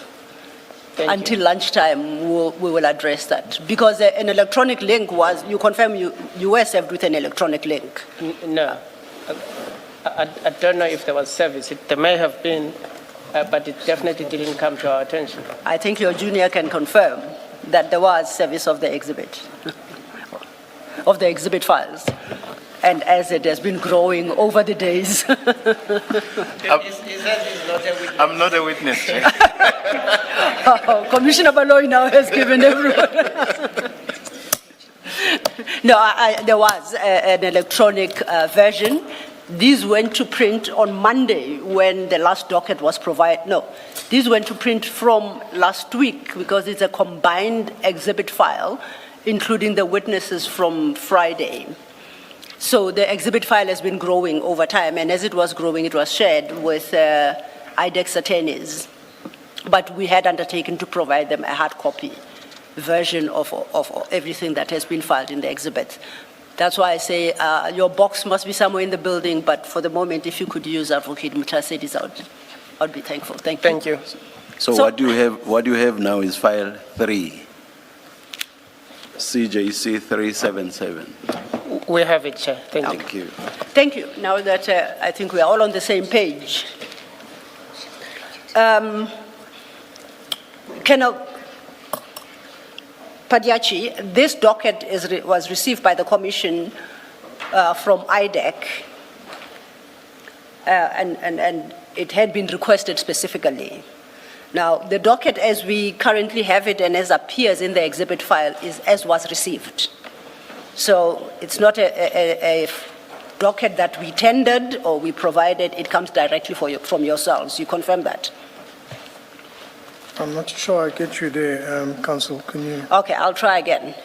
The Commission, the evidence leaders requested certain documents from IDAC, and included in that list of requests were certain dockets. The docket appearing as at page 681, bearing CAS number 452/06/2025, and we have marked it CJC 377, is a docket received from IDAC. Do you confirm that? That's correct. Thank you. Oh, you confirm that that's the IDAC docket? Yes, I confirm it on Thank you. here. Brooklyn CAS 542 Yes, and the index 37. absolutely. Thank you. Now, no, not index 37, index No, I'm talking about the number of the annexure number. 377. Yes, 37. for the record, you know, just to be Yeah. correct, 377, thanks. Now, before we deal with the contents of that docket, how does it work in IDAC? I've come to understand that with any docket opened, the first document is an A1 statement. Now, in this case, it is opened on the strength of a Section 27 referral, correct? Correct. So who opens the docket? Is it IDAC? Or who opens that docket? Because now you are seized with the investigation. The docket is opened by IDAC. The docket is opened by IDAC. Yes. So what would be the first document that goes into that docket the moment it's opened? It will be an A1. The A1. A1 statement. Okay. Where does the Section 27 referral go? The Section 27, because it covers, not just one investigation, it has different legs to whatever it is. That Section 27 does not go in the docket. And if it did, oh, sorry. That Section 27 is the complaint. It's there with the head of office. We go and physically interview. Refer this complaint. We go to him, we interview him, and we take a statement from him. Okay. So would I be correct then, based on how you had described the process, that somewhere, not in a docket, but somewhere within IDAC, is an investigation file that contains the Section 27 referral, the committee decision, and I think the authorization to investigate and subsequently prosecute? All those documents will not be in the docket, but would be in some other file within IDAC. Would that be a correct understanding on my part? I only work with the docket, Council. So that referral and correspondence is there on management level, which I believe that the head of office will be able to explain more on there. You're being unfair on yourself, Colonel. You are a senior police officer. You have spent enough time in IDAC to know a bit about processes. You get a Section 27. You told us that the intake committee decides whether it falls within its mandate, Yes. the complaint. That must be recorded somewhere. You told us then the investigators and chief investigators are appointed. Then a decision is made whether or not to proceed to a Section 2813 investigation or to run a full-blown investigation in terms of Section 81. And then you referenced the authority to proceed. I assume all these are in written form. And my question is simply, where does one find that whole pack of papers? Surely you should know that. No, I do not want to appear that I'm holding back or anything on that, Council. Yeah. Please understand me. Okay. All right. I'm the investigator in the level that I prescribed. The referral comes in, and it comes into to management. It is done. I get a copy of the designation where we designated on to investigate. So on the basis of that, I start the inquiry Yes. of obtaining statements. Okay. And then I compile my docket from there. I do not take the 27 and put it in a docket and start from there. I start from interviewing people to gather evidence for the criminal docket. Okay. No, that's, I understand then. Can I just, Ms. Ella? Yes, ma'am. Just related to this topic, this docket here, it says police station is Brooklyn. Can you just explain, is that how all your IDAC dockets look like? They record a station as Brooklyn? It's a normal police docket, Commissioners. Yes. It's a normal police docket which we get from the station and we write on it Okay. and we register it. But it's a police docket. So it's registered at Brooklyn Police It's Station? registered at Brooklyn Police Station. IDAC does not have access to their own systems of registering dockets, so it's registered at the police station, the precinct with the offense found in. Thank you. Thank you, Commissioner. So what we have at page 681 is the preamble to a statement, as Commissioner Baloyi points out. It reflects Brooklyn as the station. And then it provides a cast number 542/06/2025. Can I just share with you what I've come to understand about cast numbers? And don't always trust my understanding, though. I understand that the last figures, 2025, denote the year in which that case was opened. Yes. The numbers before the year 06 denote the month in which it was opened. So it's the month, it's the register serial number according to the system, Yes, the month, Yes. and then the year.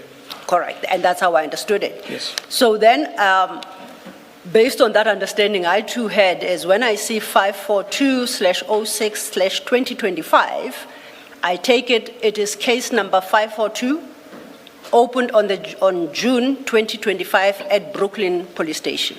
Is that fair? That's correct.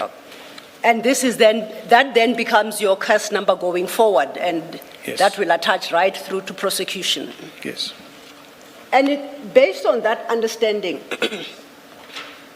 I try to understand, if I scroll down, if you go to the bottom of that document, that tells me this was opened in June 2025.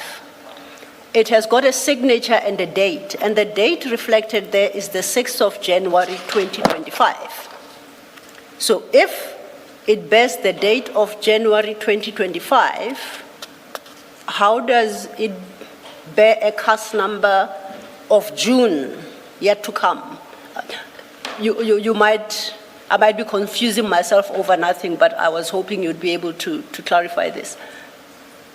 And I ask simply because you are the lead investigator in the matter, so there might be a very valid explanation to this. I can give you clarity Yes. on that.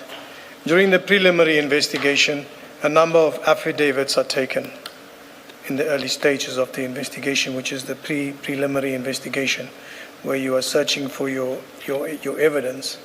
So once you put together all your evidence, at that stage your witness statement doesn't have a cast number, Yes. right? Nothing is cast. So therefore, once you've got all your affidavits and all your evidence, and then you register a case docket, which could be months later, all right, then that statement, the CAS number will be written on the top. So it's obvious the CAS number now is on the date when the docket was registered. But the affidavit was taken in January. That affidavit was taken during the preliminary investigations. So that's why the date is January. I understood you earlier to say the first document in a docket is the A1. If the A1, that statement of the complainant, is taken in January, then the docket is opened with that A1. Is my understanding wrong? No, Commissioner. We're busy with the preliminary investigation. During the preliminary investigation, you will obtain statements, various statements, requests for certain documents, this and this. So you're busy compiling stuff. When you are ready with your docket to have it registered, because it's still in an inquiry at that stage, then you would register your docket. You do recall that at some point I wanted an understanding as to when we move from investigation to a criminal case, have a CAS number. Yes. And you gave an example, particularly with this one, that you went immediately into a CAS number. So that would have been shortly after you received your Section 27. So, or maybe I have things upside down, topsy-turvy. Please try again. Maybe I can guide you, counsel, and explain. Yes. You have a Section 27 referral that is sent in. And then your Section 2813 preliminary investigation commences. So it's an inquiry stage. So you will go out and interview the complainant, and you obtain his affidavit. Yes. And then you will continue with your investigation to get other supporting evidence or whatever in Okay. your preliminary. Your docket is not registered Okay. at that stage. So you have that complaint, but now you want to get more on it. So once you've done all of that, and then you're now going into your full-blown investigation, it's now ready, you register your case docket. That's why when you move further on, you'll see that some of the other statements are also taken to build up Yes. to a case docket. Yes. Okay. So, Can I just, yes, ma'am. I'm sorry if I interrupt your thought process. Not at all, not at all. Yeah, I just want to make sure I understand. Does then it mean that if your investigation, you don't have a case docket yet, you haven't opened a CAS on the system, does it mean that if your investigation results in you're not finding useful information, if you like, are you saying there will never be open a case, a CAS number? Because and I ask from my own experience, which is you go to a police station, you say this has happened, and they give you a case number before they do any investigations, and I now have a case number that I can give to my insurer that I have reported to the police. You seem to be describing a situation where you conduct an investigation, there's no record of it on the system, on the CAS system, and then you make a determination that there's nothing to see here, and the system is none the wiser about it. That becomes the end of that complaint. Can you just explain that? Okay. With the police and the SAPs, person goes to the police station, to the community service center, he reports a complaint, and he registers, and they register his case. With IDAC, we get a complaint, a referral complaint. So we first start with an inquiry to verify this complaint, and that starts with a preliminary investigation. To verify, we take statements or whatever, and if there is a prima facie case or what the complainant said in the complaint that it is there, and we've conducted this investigation, we conduct it under an inquiry number, right? It will be an inquiry number. And we find during the preliminary investigation, no, we have a prima facie case, it's supported by affidavits taken, then we register a docket and go into a full-blown investigation. Now, if we had to take a complaint in that Section 27 and just go and open a case docket just basically on that, and then at some stage or the other it's found that no, but there's nothing here, then you have a case that's registered which adds to the volume of cases in the area in terms of statistics, if the Commissioner can understand. So there's an inquiry number for this referral? Yes, there's an inquiry number. On your system? Yes. Okay, Yes. thank you. Thank you. So that inquiry number would suggest there is an inquiry file, and the first document, I take it, would be the referral affidavit and then the A1 statement and following. In my documents will be the designation, Okay? right? Yes. And from the designation, I will go and take the affidavit. Everything that I do in that inquiry, because on the designation it will have the inquiry number. Yes. It will refer to an inquiry, it will be that 2813 is registered as inquiry, it will have an inquiry number. So that's the inquiry number that I will use for my investigation, for summonses to request documents, I will use that. Yes. So once my case is registered, finally at the police station, that inquiry number will fall out, and I'll be using a CAS number. That's why you'll find in some cases on subpoenas, you'll have a inquiry number and Yes. at a later stage a CAS number. Oh, so that simply tells me that when you issued a summons during an inquiry, it will bear the inquiry number, and if you issued a Section 28 summons, after you have opened the case, then it will bear the CAS number. Thank you. Now that helps. So if I just quickly go to just a small issue before I'm aware of the time, Chair, just to close on this topic. If you go to page 683, staying with the same file, 683. 683. At 683 is the statement of the affidavit of Mr. Fadil Adams. And at page 684,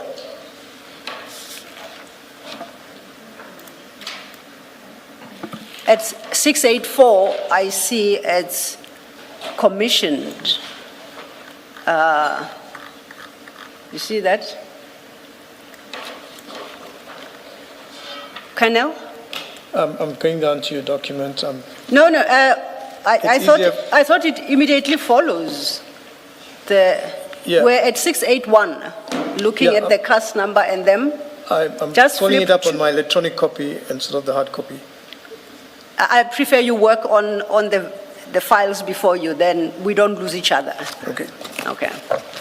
I'll assure you, before the commissioners, that what's in the file is exactly as you gave to the commissions. Nothing has been added and nothing has been omitted. So you can trust the file. I'm at 683. That is the statement of Mr. Fadil Adams. And overleaf at page 684, I see it's commissioned. Correct? That's correct.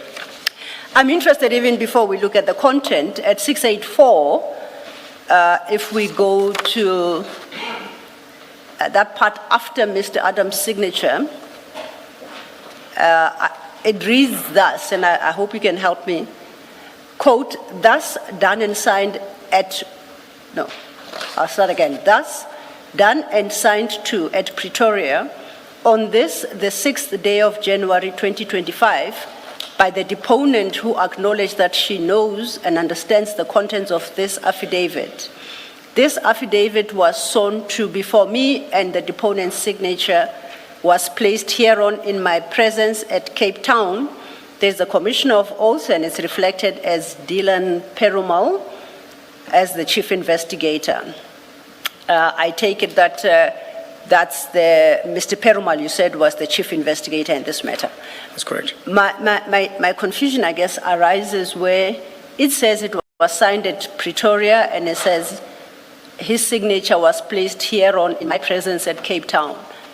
Reading that, where was this statement taken and commissioned? Pretoria or Cape Town? It can't be both. Commissioner, Chair, Commissioners, Council, I believe this is probably an administrative thing, so it's not Pretoria. From what I heard, this is Cape Town. So it's taken in It's Cape Town. Town. So reference we to can Pretoria rectify there that to is Cape Town. incorrect. Yes, it might be a function of using. Yes, Commissioner Baloyi. Yeah, I don't know that you can make that correction unless you're telling us you were present No. when this affidavit was deposed to. Chair, Commissioner, I'm just making the inference, so it's just an inference I'm making. Yeah. And from what I know, that this was not Pretoria. Well, you But can only... Mr. Chief Investigator Perumal will be able to, Yes. yes, he will be the one. He's the one that must explain what Correct. happened here. Yeah, Chair. So we're not making any corrections. Are you suggesting that when he was physically in Cape Town, that is Mr. Perumal? Yes, I believe Chief Investigator Does- Perumal was physically in Cape Town, But his base were in Pretoria? in Pretoria, sir. Does he carry around his Pretoria stamp when he travels? Because look at the stamp there, it says Pretoria. The investigating, Pretoria appears twice there That's- on the date stamp. that's our office stamp, sir. I'm saying, does he carry it around? Would he carry it to Cape Town? So normally we carry our stamps with us, sir. That's very unusual. But that doesn't make sense then, because you would stamp Cape Town when you are physically in Musina. So when you, Why would you do that? the way I look at it from the affidavit before me, if you look at the address of the commissioner who's signing the oath, his office address is given as Pretoria, and that's our office stamp that's next to it. So it's not that it is you carrying a stamp to Pretoria to stamp an affidavit in Cape Town when it should be I'm not understood. From what you are saying, that's exactly what you suggest happened here. Even though he's based in Pretoria, he was physically in Cape Town, and the affidavit was commissioned there. Yes, And sir. he stamped it with a Pretoria stamp, date stamp, even though he's in Cape Town. That's exactly what you are suggesting, No, which I don't understand. let me get clear on it so I can understand, Chair. Firstly, from what I know, but only Chief Investigator Perumal can expand and confirm on the statement. And this is from what I heard, that the statement was taken in Cape Town. But what I'm saying here on this affidavit, Chief Investigator Dylan Perumal commissioned this affidavit. The address, his address, our office is Pretoria. So underneath his details, it can be seen Investigating Director IDAC Brooklyn, Pretoria. Our office stamp has Pretoria on it. We don't have an office in Cape Town. So his stamp, and therefore the stamp is Pretoria. Did he have to, was it obligatory for him to stamp the document? Stamp it Pretoria when he's not in Pretoria? That simply does not make sense, because it's not giving the factual position. It's not stating the factual position. Even the indication of the office there. Let me just look. Expert Chief Investigating Directorate against National. Or I guess that's fine, because it's relating more to his position. Yes, so his position. So yes, so there's no issue there. Yes. What's typed on there, basically Yes. explaining who he is. Maybe, I guess there's no issue there, but the issue relates to the date stamp. Yes, sir. And it sounds very strange to me that you carry your date stamps wherever you travel. What on earth for? Commissioner, the only explanation I can afford, Commissioner, is in the way I see it, because we don't necessarily put a stamp on on the affidavit. Exactly, But there is, exactly, because it's not even obligatory that you should have a date stamp on there. That affidavit would have been complete without a date stamp. By putting the date stamp on Yes. there or affixing the date stamp on there, you are suggesting that this was commissioned in Pretoria. yes, Commissioner, that inference But- can be drawn. But which, of course, would be problematic because you Yes. also have Cape Town in manuscript Yes. written on there. I think in the rare cases, Commissioner, that point that you made is taken, that if we are in Pretoria and we are obtaining statements in Pretoria, our state stamp is not a problem. But if we are taking affidavits in another province, we should keep that in mind. So I will take that advice from you, Commissioner, in good stead. Thank you. Thank you. And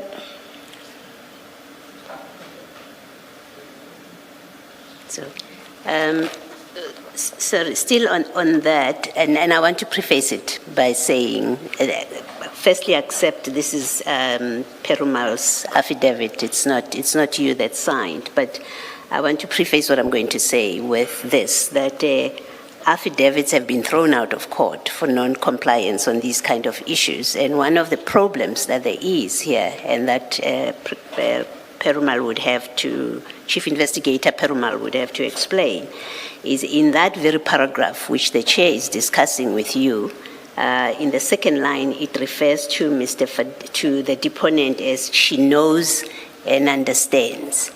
And it's been a serious problem because it raises the question, was the deponent even in front of the Commissioner of Oaths? So that is one of the issues that are problematic about this affidavit, that I accept that he will have to come and explain and persuade that he took this affidavit in the presence of Mr. Adams, and it was Cape Town or Pretoria.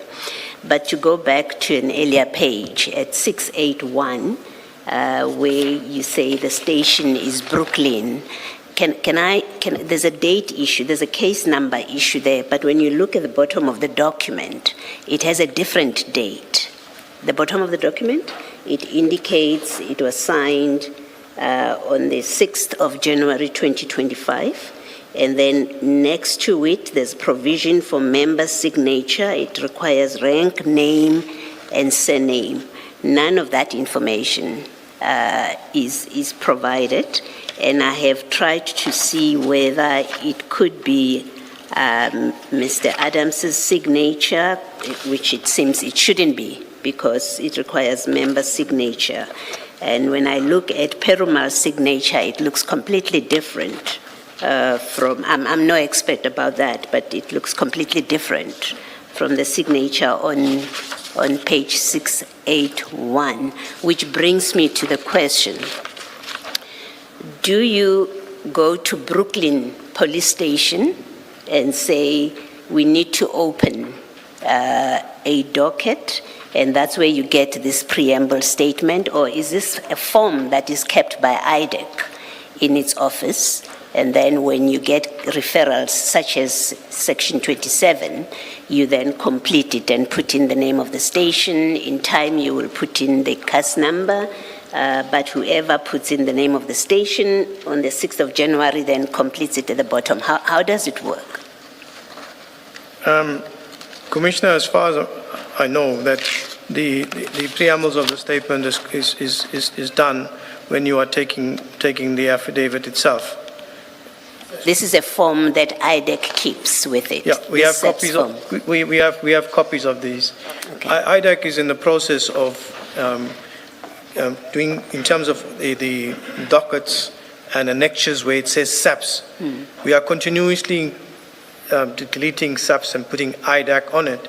So you look, for example, exhibit bags. IDAC has now got its own exhibit bags. So we are an office in progress where we are getting and moving away So from at the SAPS. bottom of that page where it says member signature and then rank, name, and surname, I would expect to see the name of whoever created Yes. this document Yes. and their rank. Yes. Okay. And the date at the bottom would be the date when what happens, because Yes. it's a different date from the June 2025 at the top, which comes with the cars. the bottom number, the bottom date, what is that date supposed to reflect? What does it speak to? The 6th of January 2025, Yes. the bottom. Yes. It talks to the day the affidavit was taken. Okay. It's the same date the affidavit was taken. And you say the affidavit is taken without a CAS number. Is that your evidence? It still goes on the inquiry, Okay. Commissioner. All right, So thank you.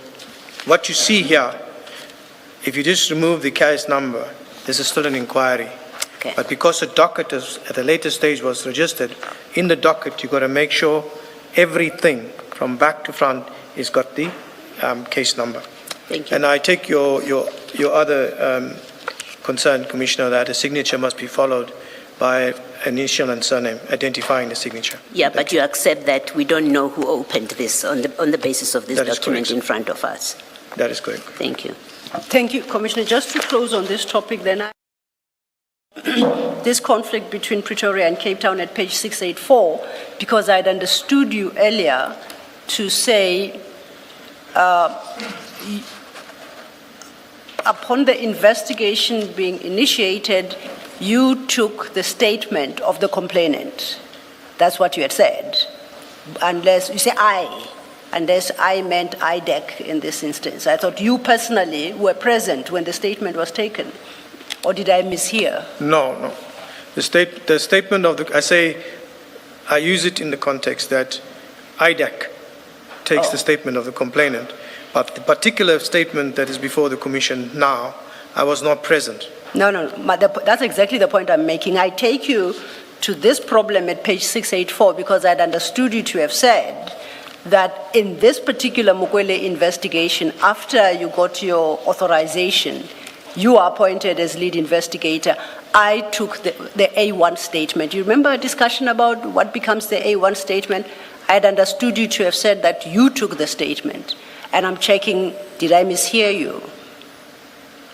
No, that'll have to correct myself there. You know, Okay. we were talking about build-up, and it could be in that mix that Okay. I would All right. in that context. But in terms of the actual, what we actually have here, the Adams statement, it doesn't refer that I took it.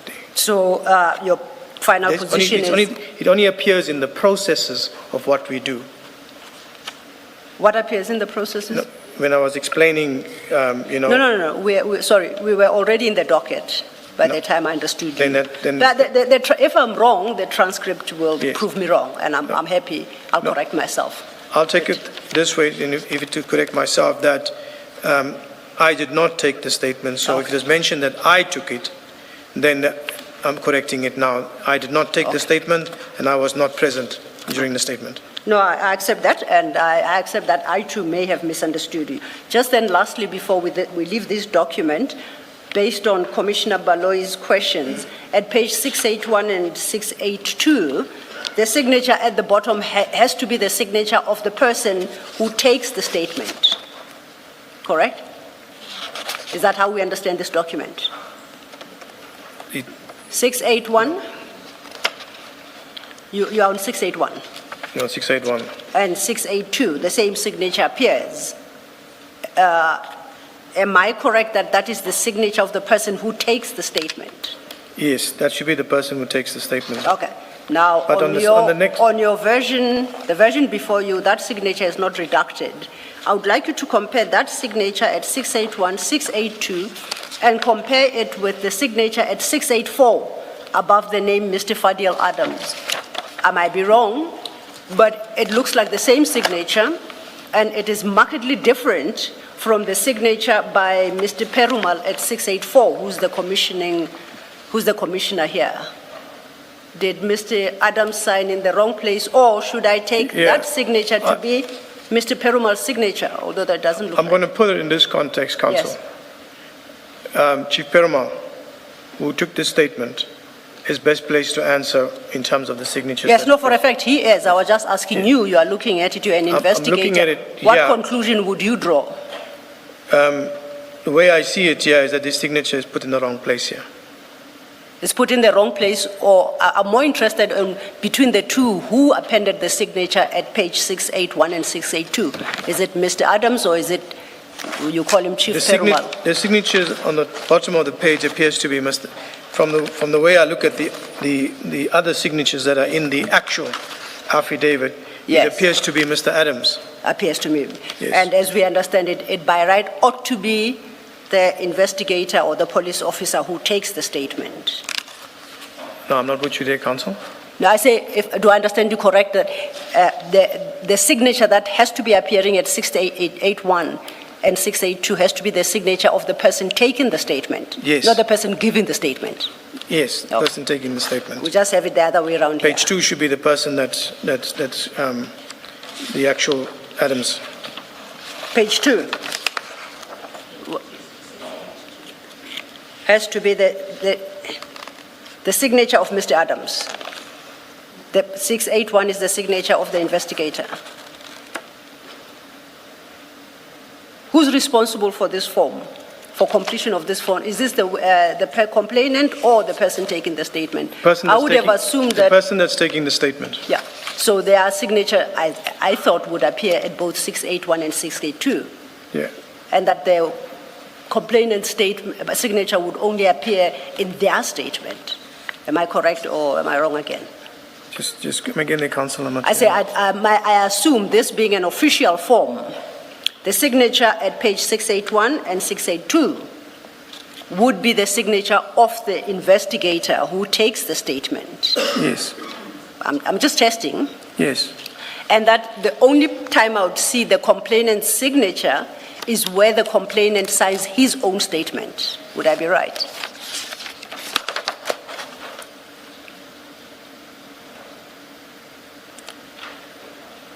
I might be wrong. On page 2, that's 682, Yes. that signature at the bottom, that's where the complainant signs. Is that for the complainant? Yes. And the one at And the one in 681 the front, is for the investigator? it states their member's signature. So that'd be the person that's taking the affidavit. Okay. But what we actually have, now, it would appear, right, at first blush, that Mr. Adams signed both the wrong page place. 1, page 2, and his own statement. It Yes. would appear, and I'm willing to be persuaded that it's not his signature, but Chief Perumal's signature at page 1. Am I hearing you correctly, Councillor, when you are saying on page 681, Yes, the signature on the bottom of the page is not Chief Perumal's signature, but Mr. Adams? Is that what you are saying? yes, I'm saying if I compare, if you say the signature at 682 is Mr. Adams' signature, I say it looks like the signature at 681, so it's the same signature. And I say, Yeah. when I take those two signatures and I compare with Mr. Adams' statement, it's the same signature above Mr. Adams' statement. So the sum total of my interpretation is where Chief Perumal was supposed to have signed on 681, Mr. Adams signed. At 682, where you say the complainant signs, Mr. Adams signed, and once again, Mr. Adams signed on his statement. The only time Chief Perumal signs is when he commissions that statement at page 684. Commissioner, Chair, I cannot comment on that. And I think Chief Perumal will be best placed, because what is there is the inference that Chief Perumal signed Mr. Adams' statement, is that's what's coming across. And I think that will be unfair for me to comment on that, because I'm not a handwriting expert and I cannot comment on, but he himself can comment, did you sign here or did not? If I'm understanding you Mine correctly. was just a deduction, so Yes. I'll leave it there. Yes. And maybe I've seriously not maybe encroached into Yeah. the commissioner's lunch, and perhaps we are all hungry now. So if Yes. I ask if this might be an opportune moment, Chair. Yes, let's adjourn and come back at 2:20. Thank you, Chair.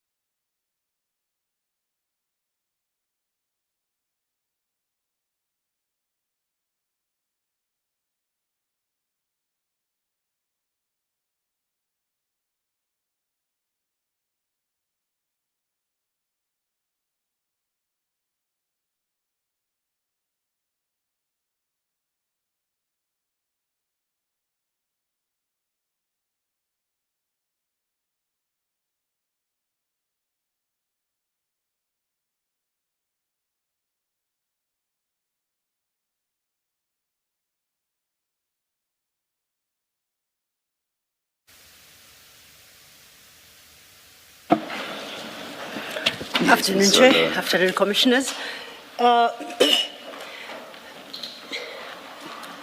Afternoon, Colonel, your microphone. It seems... Oh, indeed. Thank you, Commissioner. Colonel, good afternoon. Please go to page 681. 681. Yes. Are you there? Yes, sir. It's the document that says preamble to statement. What exactly is it? Is it a cover page of a docket? What do you call this? It's the cover page to an affidavit Yes. of an A1, sir. Yeah. And who completed this document? Just looking at it. Do you know who completed it? I'm not sure, sir. Did you not ask? You are the investigation No, officer. I did not ask. During this period of time in January 2026, Yeah. I wasn't around. I was out of the country. You were out of the country? Yes, sir. But at some point you came back? Yes, at some point I came back. I didn't ask about the You completion of didn't the ask. statement, sir. I'm particularly interested in the description of the offense on page 682. Sir? Are you on 682? 682, sir. Yes. Yes, sir. Do you see the section that says description of the offense? Just below the particulars of offense, there's a date there. Description offense, yes, sir. Yes, and it says fraud, corruption, irregular appointment of Brigadier Mukwele. Do you see that? Yes, sir. Do you know where that fraud and corruption comes from? Who made the complaint that there was fraud and corruption? So, as I said, the person that wrote this affidavit and took this affidavit will be able to comment on that. I would only assume that from what was in the A1, you have fraud and corruption. In terms of the case that we have registered, it is fraud and corruption. I'm asking you because you've said you are the investigating officer, and you must have received all these documents. So I'm curious to know who said IDAC must investigate a case of fraud and corruption. Who said that? Who made that complaint? Do you know? If you don't know, you don't know. No, I just got to be clear on what you're asking me, Commissioner, so that I can respond accordingly. As I said, initially that I did not take the statement, so I want to answer you as best as I can. When you look at what is described, the first departure point is an irregular appointment. Irregular appointment, misrepresentation, a gratification, so there is fraud and corruption. So I would presume that based on that, the description that was given here of the offense is given as fraud, corruption, and irregular appointment. But the irregular appointment is not a charge per se. It's more an explanation of the actual fraud and corruption. So my question remains, who made a complaint of fraud and corruption? Who came to IDAC and said there is a complaint of fraud and corruption that I would like to make and for IDAC to investigate? When we look at the referral, sir, Section 27 referral, where it talks about the appointment of a civilian lady, I think that's where it comes in the irregular appointment. So IDAC made an inference. It did not come from a complainant. The complainant did not say, I believe that there's a case of fraud and corruption that IDAC should investigate. I'm just trying to understand IDAC's thinking. Not so much the merits of the case, but IDAC's thinking and how it got to where it arrived at. What I can gather from what is written on the preambles is coming from the A1 statement. Yes. Let's leave it. Let's go to the affidavit on page 683. This is Mr. Adams's affidavit on the same day, the 6th of January 2025. Are you able to put it up, Ms. Mutlasedi? Same bundle on 683. I think you've seen the document before. paragraphs 2 and 3. So paragraph 1, Mr. Adams describes himself, Fediel Adams MP. And then in paragraph 2, he says, on or about early October 2024, I received information anonymously surrounding alleged fraud and corruption being perpetrated within crime intelligence. The allegations related to certain high-ranking police officials being involved in manipulating promotional and security vetting processes to unduly benefit a civilian person who worked for BMW South Africa being appointed as a brigadier in South Africa. She apparently has no policing experience and no management experience and was appointed as head of the technical support services. Do you see that? I see that, Commissioner. So is that where you say the complaint of fraud and corruption comes from? Yes, sir. That's what I would take from here, that it's an irregular, a person was appointed irregularly Yes. to a post. And what is the fraud and corruption, if I may ask? Your fraud and your corruption is the unlawful and intentional misrepresentation of certain facts and which it prejudices the state. That's your fraud. Okay. In this particular case? In this in this particular matter. Yes. Yes, sir. What I'm struggling with is it's just not clear to me whether somebody is saying a fraudulent CV was submitted or somebody who did not comply with the requirements in the advert was appointed. I'm just not clear what fraud and corruption is here. That's where I can see that somebody from outside was appointed and has no management experience. Yes. Is that the fraud, or is it something else that is not in this affidavit?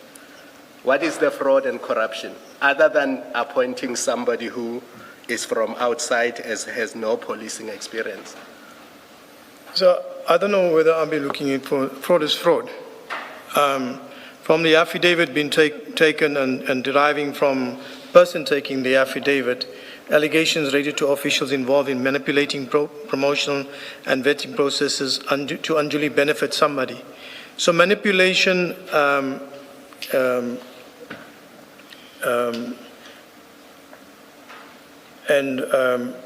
the mere, what I grasp out of this, in order to get to this here, something had to be done and misrepresented. You know, that's the way I would see it. I know where Commissioner is going with it. But this has to deal, when you look at it, promotion, manipulation of promotions, how was it manipulated? What was done? Vetting processes, what was done? This person had no policing experience, what was done to cover up? So these are the things I'm taking in to derive where fraud comes in and where corruption comes in. Obviously, from the basis of this affidavit, I will take that now and go and look for further evidence, whether it comes from an analysis or documents or interviewing with persons to fully understand. But when I look at it, something had to be done. Something had to be manipulated. Manipulated, it borders on misrepresentation of something for somebody to believe such. And when you look at the post itself and what is mentioned, I mean, that is the way I look at it, sir.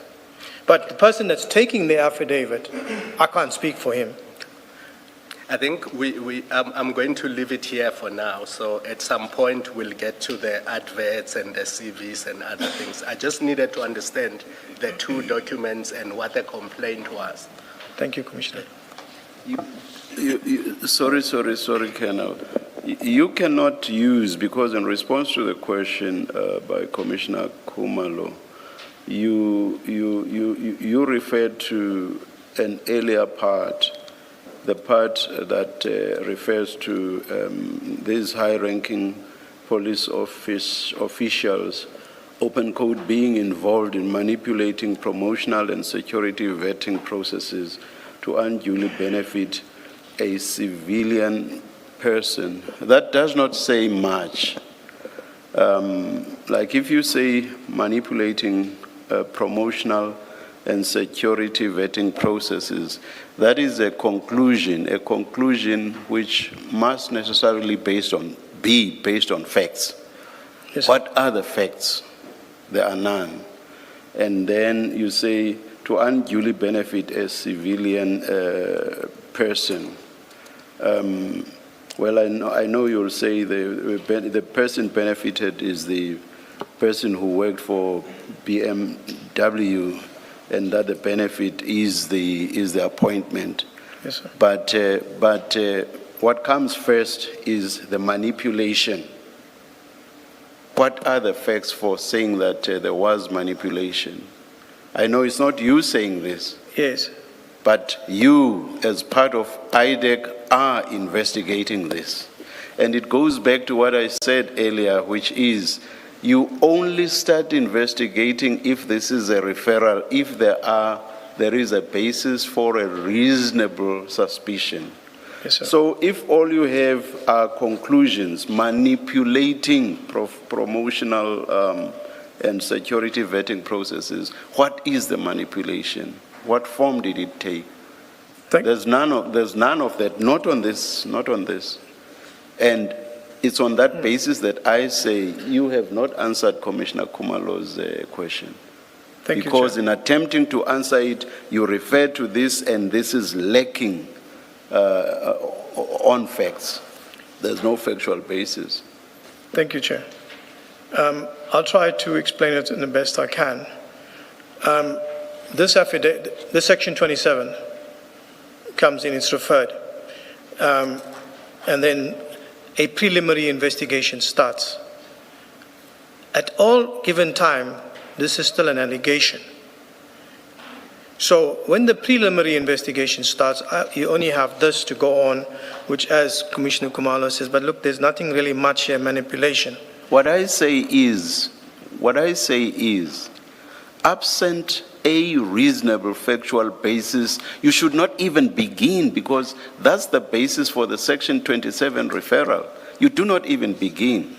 I think when I engaged you earlier, I said, you do not start, if the Section 27 jurisdictional facts are not satisfied, you cannot say, let us commence with an investigation. Who knows, maybe we'll come across something that will show that an offense covered by Section 7(1) capital A has in fact been committed. That's not how it works. You must first establish whether there are, or rather the jurisdictional facts do exist. If they don't, you do not even begin to investigate. That is where Commissioner Khumalo's question lies. Commissioner, I'm trying to answer it in the best way I know. Yes. And I'm not trying to deviate from something. Yes. This is how I see it, and what is given to me in the statement on the preliminary investigation, to say, go and look, there's an allegation here that's been made, and where further investigation was conducted in terms of documents and interviewing of witnesses. I hear that there's nothing in here, that this is what is being saying, but there's an allegation made here, a serious allegation being made here, that there is manipulation of processes by high-ranking officers, giving a civilian with no experience and appointing her in a crime intelligence post. So that for me is a flag. Promotion being manipulated, a civilian into a crime intelligence post with no experience. So that for me was the red flag, and I was satisfied. With that. Colonel, you read when Ms. Silo asked you to basically set out how the process works. Yes. You read a number of sections and you went all the way up to, was it 28? Yes, sir. Yes. And as part of that, you even read section 27, which sets out the jurisdictional facts for a referral. And you say this was a referral. Yes, Do sir. you know what those jurisdictional facts are in accordance with section 27? Do you or don't you? According to what is written in 7A, where it says fraud and corruption. So that's No. I'm talking about the jurisdictional facts in 27 for a referral. I'm still not catching you. I'm talking about, okay, let me not talk about jurisdictional facts. Let me say the bases, as in plural, B-A-S-E-S. Yes. Do you know the bases upon which a referral may be made in terms of Section 27? The basis on which the Section 27, it shows out that crimes were committed that falls within the mandate on 711A. There's an important one. I engaged you on this in the morning. Let's look at it together. Just go there. The reasonable grounds to suspect. Reasonable grounds to suspect. You remember when I engaged you on that this morning? Yes, sir. Yes, that's an important one. You cannot leave it out. So my question is, if you know those jurisdictional facts or bases, Yes, sir. and surely you do.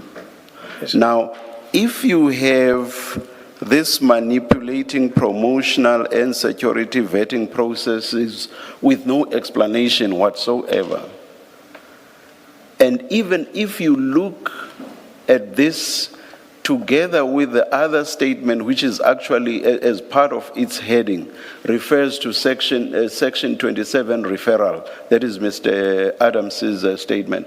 Even if you look at that, at least insofar as I look at this, I do not see how anybody within IDAC, including you, could have held the view that those jurisdictional facts have been satisfied. On what, as you sit there, on what basis do you say those jurisdictional facts were satisfied?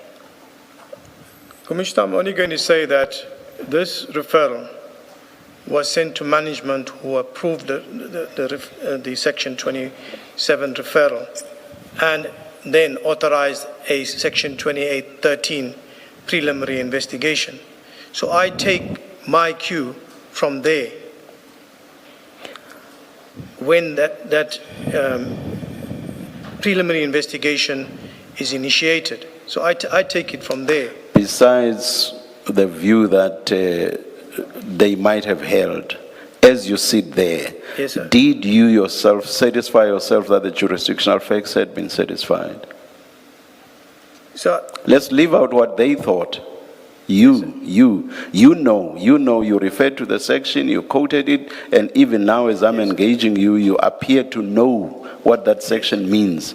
As you sit there now, yes, sir. are you telling us that, as at the time, you were satisfied that the jurisdictional facts were satisfied? So that's why I continued with the investigation. When I was tasked with it, Where you say, I do not know whether that answer says yes or no. Were you satisfied that the jurisdictional facts were satisfied, were met?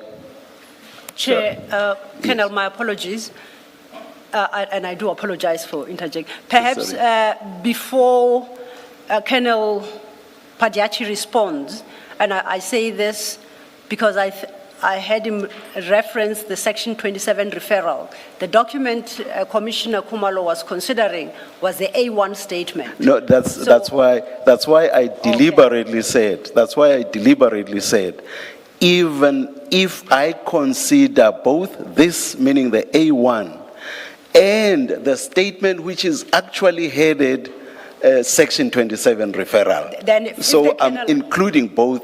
It was exactly because I am aware, Mr. Law, that this one was not the referral No, itself. that you are aware, Chair. I have no, it's whether the witness Yes. understands where you are. Which I wanted to make, which one Which you are one I'm speaking to. which one I'm referring So to? I don't know if, as you pose Okay, the question, all we right. should call up Section 27 I hear you. referral, and then he doesn't confuse the two statements. I hear you. Then He may have missed my linking, Indeed. my linking of the two. Yes. Colonel, in referring to the document on which Commissioner Khumalo was engaging you, I also made specific reference to the document headed Section 20, or rather, as part of its heading, refers to Section 27 referral. You heard me make that connection. Yes, sir. Or refer to that document as well. Yes. Yeah, all right. Now what I'm saying is, as as you sit there and bearing in mind, in particular that document, that second document, the one which as part of its heading refers to the Section 27 referral, as you sit there, are you telling us that as at the time, you were of the view that the jurisdictional facts had been satisfied for a Section 27 referral? I'm going to say yes, yes, Commissioner, On what basis? on the basis of the way I interpreted it. No. This is about the facts presented. Yes. This is about the facts presented for purposes of the referral. Yes, sir. Yes, you look at those facts in conjunction with what is provided for in Section 27. But on the facts, what is it that made you satisfied that the jurisdictional facts had been met? It's what was being said there. A person has been appointed in a technical post without qualifications. It's a civilian. For me, that amounts to fraud and corruption that needed to be looked at, to be verified. At this stage, I will say that's a quantum leap in logic, but I'm sure Ms. Sillo is still going to come to that. It's a quantum leap in logic, because you know that many people get appointed in SAPS without, Yes. they cannot even salute, but they are appointed because of their expertise. I'm not necessarily saying Ms. Mukwele had that expertise, but that's what we've been told. And to just say because no experience within SAPS means nothing, and it's on that basis that I say that's quite some quantum leap in logic. But Ms. Sillo, I assume, will deal with it more extensively when the time comes. Thank you, Commissioner. I was intending to, Chair, perhaps, and this might be the logical point to deal with it. So then let me introduce the referral affidavit. Sorry, before you do that, can I? Yes, yes, Commissioner. And I'm asking this on the back of how you've answered the chair and say you're satisfied as you sit there that the jurisdictional facts existed for IDAC to take on this matter. It takes me back then to my earlier question, which I said we will reserve for Ms. Johnson when she comes. And my question is this. Section 27 speaks of a specified offense or something like that. It says there must be a specified offense. What is the specified offense that you say you were satisfied is present to trigger your jurisdiction? My answer to that would be, when I read what is written in the 27 and on this, I draw the inference here, the inference that there is fraud and corruption. That is my answer to it. 27 speaks of a specified offense, and if you remember, I did refer you to Section 1, which defines what is a specified offense, and it defines it by reference to the now deleted Section 7.1. It says specified offense is the offense in 7.1. When you go to 7.1, 7.1 has been deleted. You sit there now, you say you were satisfied that the jurisdictional requirements were present. Therefore, it must mean you were satisfied that there is a specified offense as defined.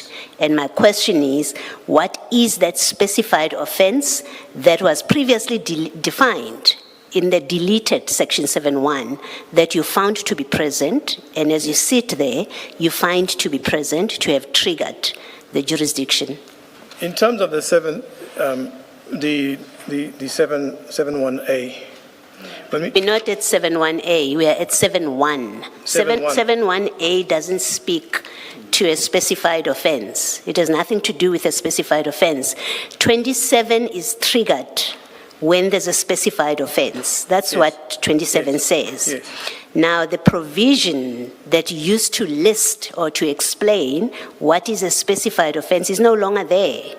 And you say now to the chairperson, yes, the jurisdictional fact is present. I was satisfied, I'm still satisfied that it's present. And I say to you, well, it has to be a specified offense. Show us what is the specified offense with reference to both what is alleged in the affidavit, but two, with reference to the act that gives you jurisdiction to investigate this matter. Yes. Commissioner, I'm going to answer it in this way. When you look at the statutory offences and where I come across corruption, right? With the appointment, manipulation of the process, all of that, the fraud, corruption. Let's put the fraud aside. Let's look at the corruption. So when we look at the 27 and the mandate falling in terms of the statutory offence of PRECA, the appointment is one, is the giving of a gratification, and two, the receiving of a gratification in terms of section 3A and 3B of PRECA.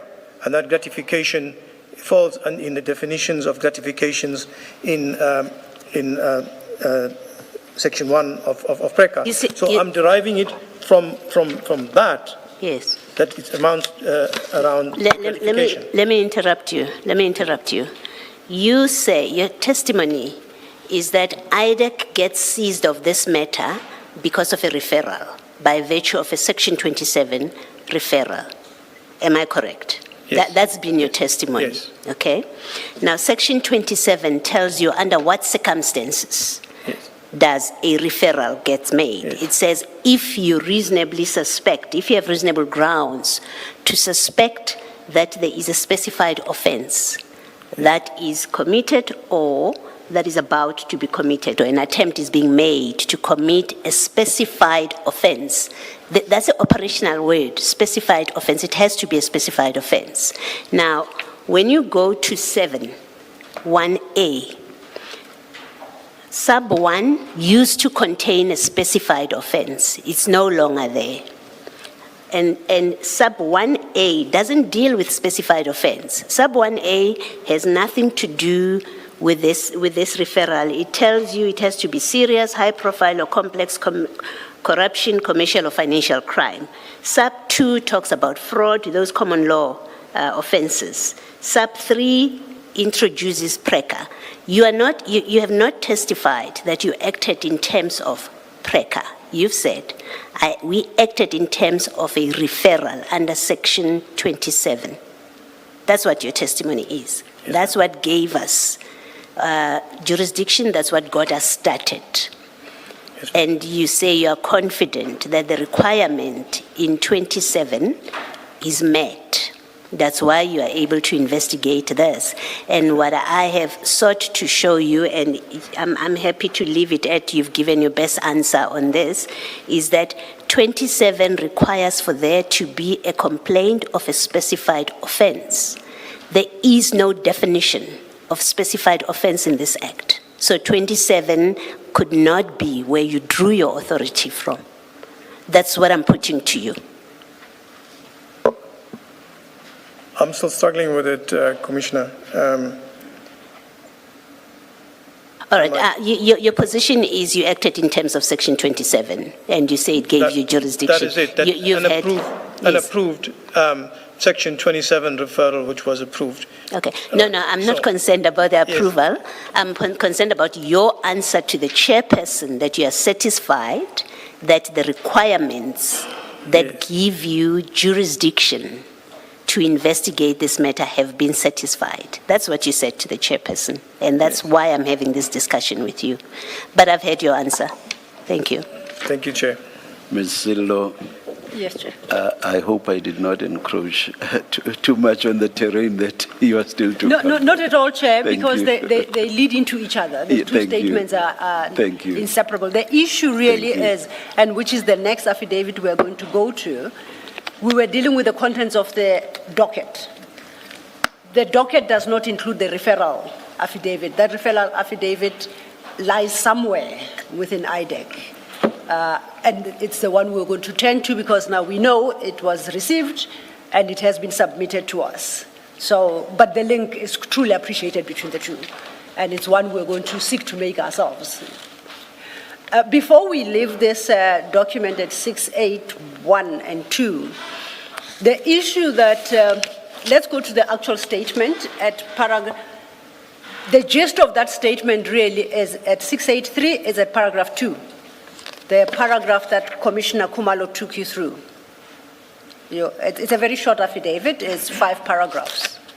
So excluding paragraph 1 and paragraph 5, because paragraph 5 then confirms that the deponent knows the contents of this.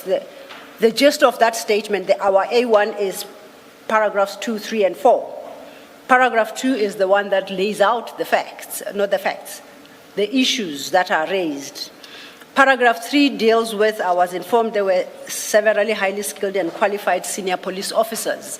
So that doesn't speak to the complaint. It speaks to sort of the background and says, I'm informed that what happened in 2 happens in circumstances where there are several highly skilled and qualified senior police officers. So it doesn't speak to the complaint. 4 draws a conclusion that this type of conduct severely undermines the rules of the SAPS regarding promotions and vetting of senior managers at SAPS. So, and I interpret that to mean this type of conduct being the conduct referred to in 2, complained of.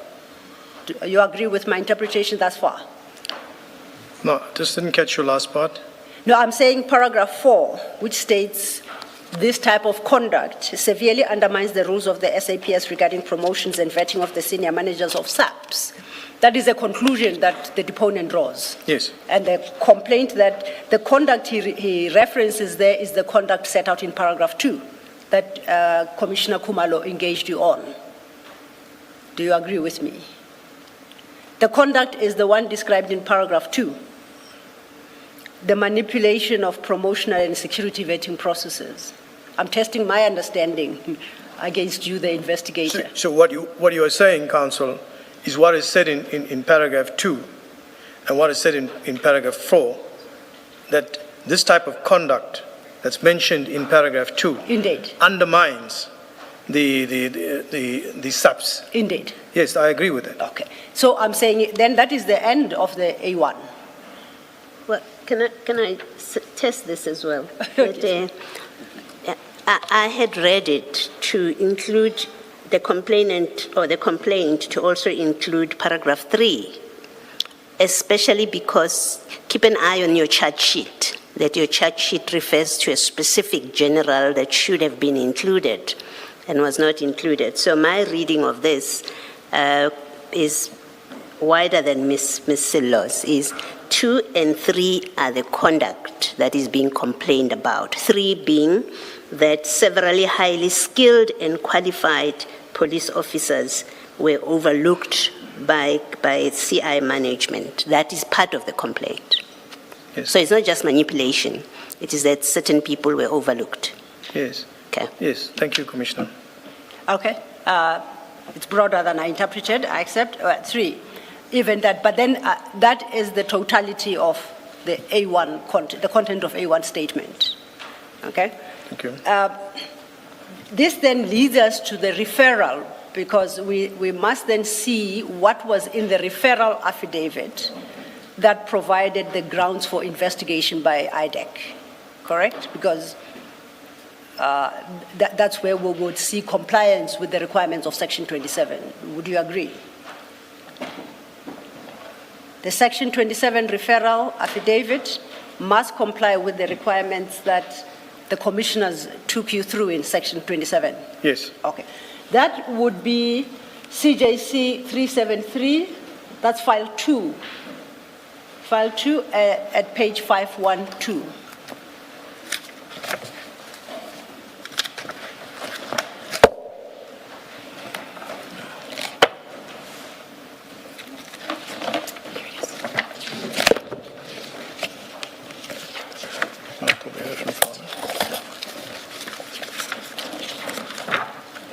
Page 512, file 2.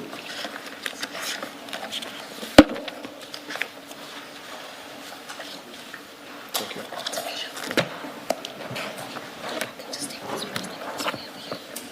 Okay, we're going to come back to that here.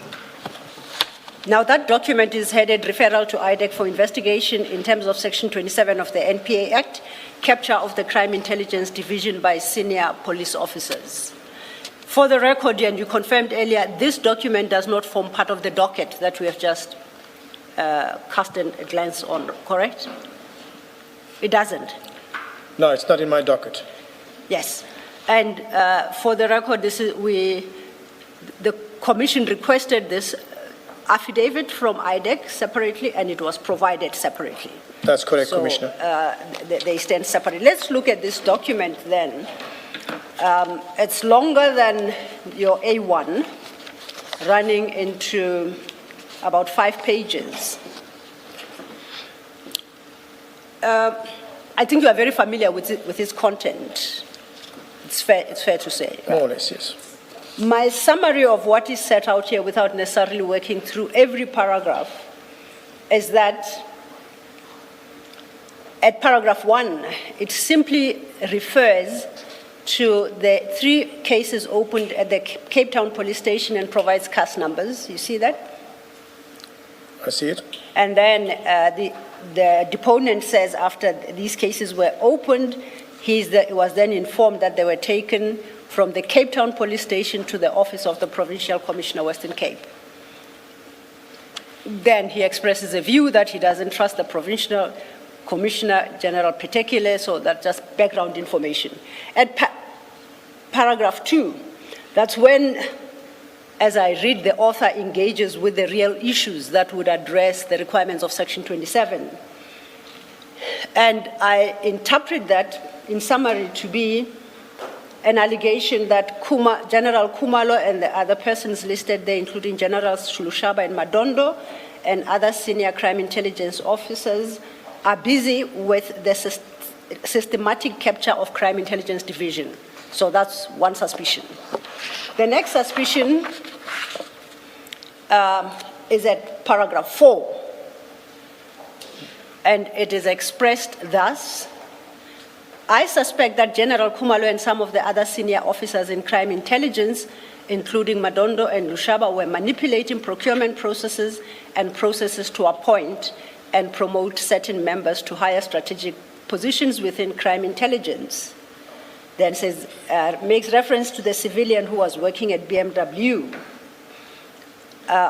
Then, towards the bottom of that paragraph, expresses a view on this alleged conduct, which he says is the worst one of the lot of highly questionable appointments. The bottom of that paragraph then indicates the appointments at the various offices in the country must be investigated. So his second suspicion is the manipulation of procurement processes and processes to appoint and promote. The next one is at paragraph 7, and I'll skip paragraph 6 for the moment.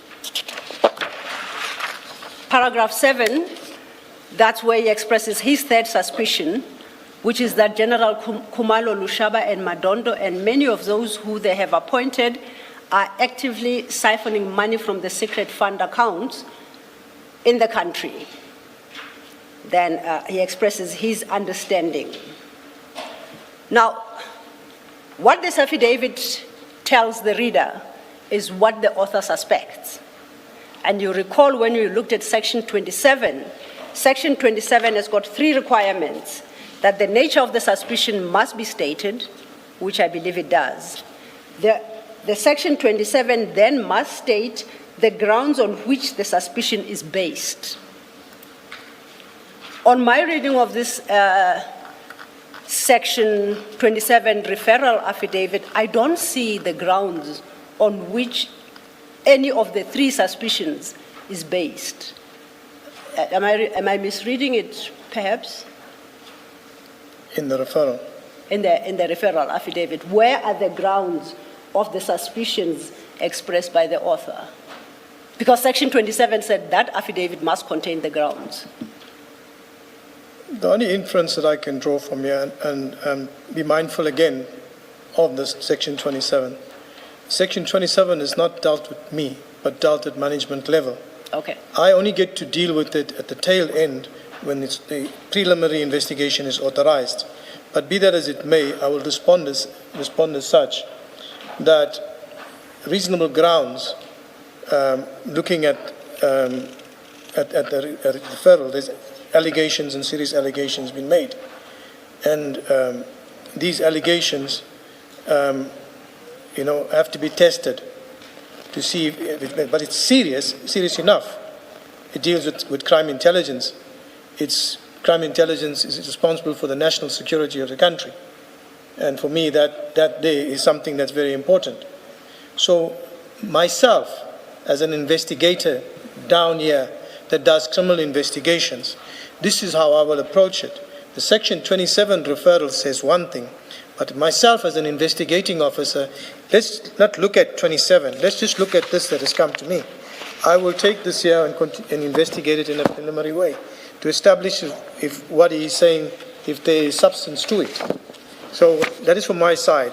But like I said, I don't deal with the Section 27 referral. I'm the investigating officer here at the tail end that receives the authorization. I'm authorized there to be involved in the investigation. I look at the allegations, go out and see whether what is said here is true or not true. There are serious allegations. So then, if I understand you correctly, you depart from the premise that once you are authorized, whoever granted you the authority has satisfied themselves that the referral affidavit itself complies with Section 27. Exactly, Commissioner. Yes. Exactly, Chairperson. When you say it's management that makes the decision, who is that? Who is management? Commissioner? You say management makes the decision that this must be investigated. It's not you that makes the decision. Yes. It's management, so they have satisfied themselves. Who is management? Management will be the head of the office and her management on that level, Okay. like your committee or your management, which looks at. But it's the head of office together with her management Okay. that makes the decisions. These belong in the IDAC space. It gets sent. It gets authorized. It gets sent down to us on the ground level, and we take it from there. Okay, but the main person in that committee is Ms. Johnson. It's the head Would be of Ms. office. Johnson. Final decision lays with the head of office. Thank you. Thank you. But I guess, let me just test. The Section 27 referral affidavit does come to your attention, though, once you are authorized. The Section 27 referral, I don't see it. Oh, you don't get to see it? I don't see it. As I said, and to go back, my end where I come in is the designation 2813 that comes up to say, I am now appointed on this preliminary investigation.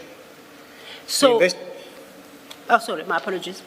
So the chief criminal investigator, whom we report to, who's responsible for us in that investigation, has the puzzle of what this whole allegation investigation about. He briefs us, and we follow his directives from there to go out and search for evidence, take witness statements. So what I'm saying to you, we at the middle ground, we are the work soldiers out there. Management makes a decision, authorizes it, it comes down, we comply. Understood. So it wouldn't serve much purpose to interrogate the contents of this affidavit with you because it doesn't come to your attention. When did you first become aware of the referral affidavit and its contents? I think it was during the start of the investigation it was mentioned. Okay. Yeah, it was mentioned that there was a referral and on a number of aspects of corruption within crime intelligence. And that's about it. Okay. But I find it hard to believe that you would not have sight of that referral affidavit. I find that very hard to believe. I mean, that's what is actually going to kickstart your investigation as an investigator. Why would that be withheld from you? It just does not make sense. No, I find it hard to believe that. Because when you are asked to investigate, that's exactly what you should be given. What's this person complaining about so that I can then start my investigation? I find it very hard to believe what you're saying. So you are required to rely on what you are told by word of mouth, by your seniors who saw or who had sight of this referral affidavit. Why not just give you that affidavit for you to see for yourself what the complaint is about? No. I find that very hard to believe, Colonel. Can I respond to Yes, please. Thank you, Chair. Thank you, Commissioners. As I explained in my evidence in chief, is that the Section 27 referral, I had no insight into it. I heard about the 27 and the allegations. My chief criminal investigator, the chief criminal investigator who I report to, who sits with management, he has the more intricate knowledge that comes down to us as investigators, and we are briefed. And chooses to tell you by word of mouth what the complaint was about instead of simply giving you that. I understand she or he may speak to the document if they want to when they are briefing you, but why not just give you that document? So I cannot answer that question. Do you accept that it doesn't make sense for you not to be given that document? Simply doesn't. Let me just say it this way. Do you accept that it does not make sense for you not to be given that document? No, Commissioner. Okay, tell me. What I'm responding to factually, and this is factually, the chief criminal investigator was responsible for us. I'm not talking about this instance now. I'm talking generally. Does it make sense for the investigator not to be given the Section 27 referral affidavit? Does that make sense? In general terms now. In general terms, on hindsight now that you're bringing it, and I would say moreover, Commissioner, and this is the truth. Does it make sense or not to be given the Section 27 referral affidavit? Does it make sense? That is for an investigator, any investigator, does it make sense? Commissioner, I hope you understand where I'm coming from. I hope you understand where I'm saying. Saying, based on what you tell us, the chief investigator tells you orally what happened, what the referral is about, and you are then required to investigate.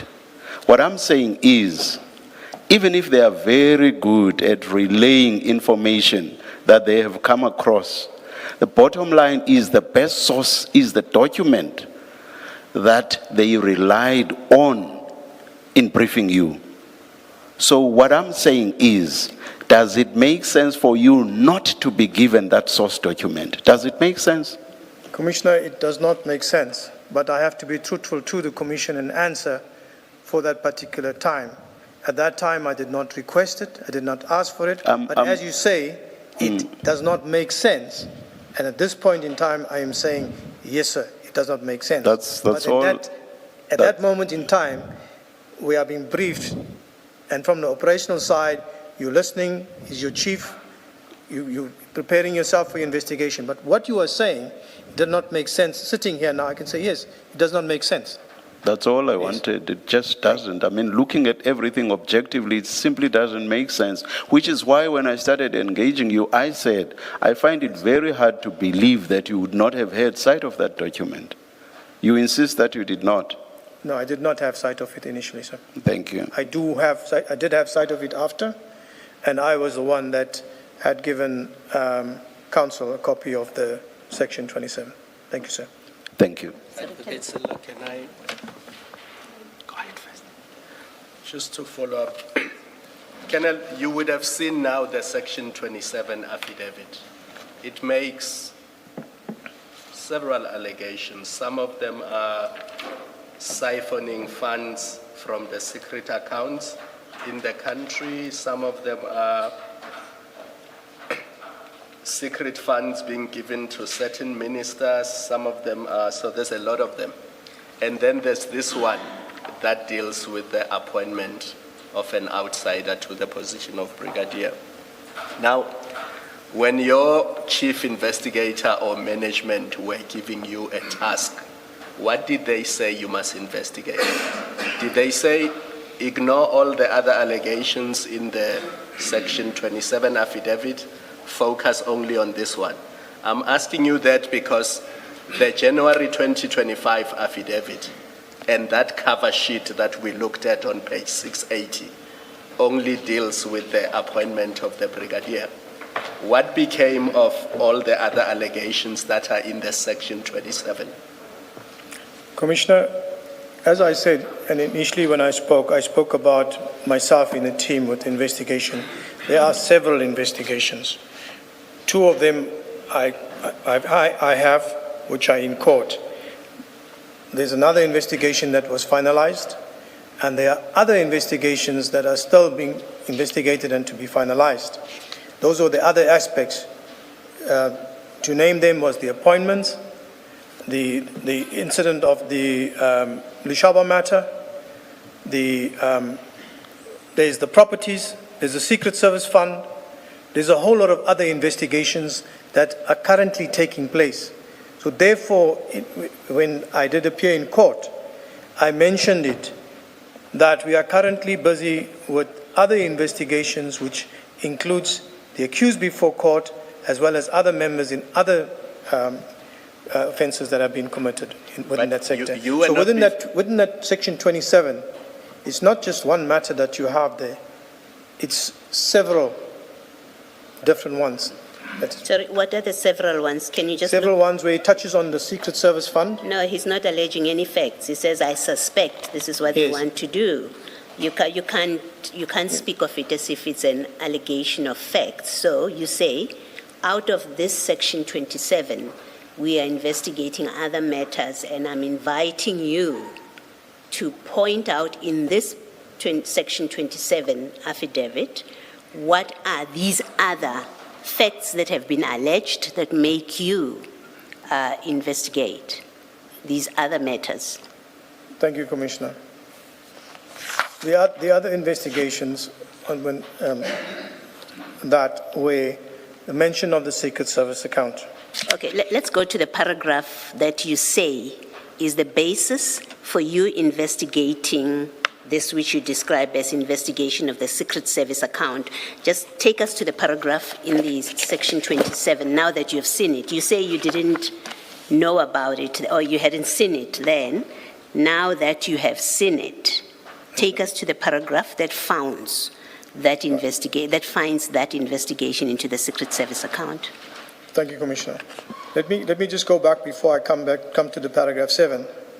When the briefing from the chief criminal investigator to us as investigators came, these things were mentioned about the Secret Service fund, the appointments, etc.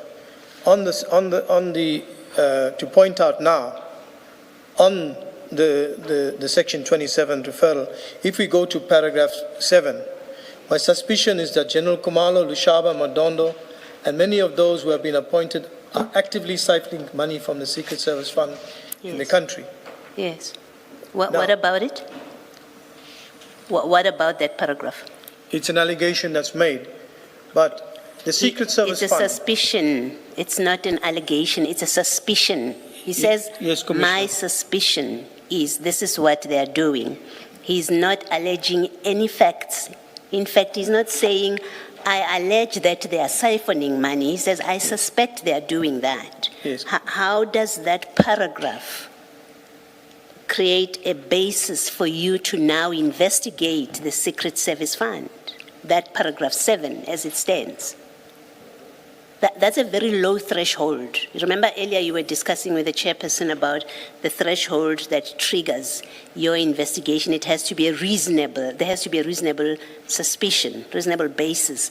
All he says is my suspicion is they're siphoning funds. He doesn't say why. Where does that suspicion come from? He doesn't say that. Why do you say this is the basis to investigate the Secret Service fund? Commissioner, I'm finding it hard to explain it in a way that I understand it, and taking it from the document and my understanding of crime intelligence too as well. The Secret Service fund is open out there for many years, for more than 3 decades. Yeah, I'm going to stop you. I'm going to stop you because my question has nothing to do with the historical operations of the Secret Service fund, and I'm quite mindful that we've probably strayed from where Ms. Sello's roadmap leads her. So I'm just going to make the comment now, and we can always come back to the discussion. You say this Section 27 affidavit is the basis for you conducting all the many other investigations, remember, beyond the employment issue.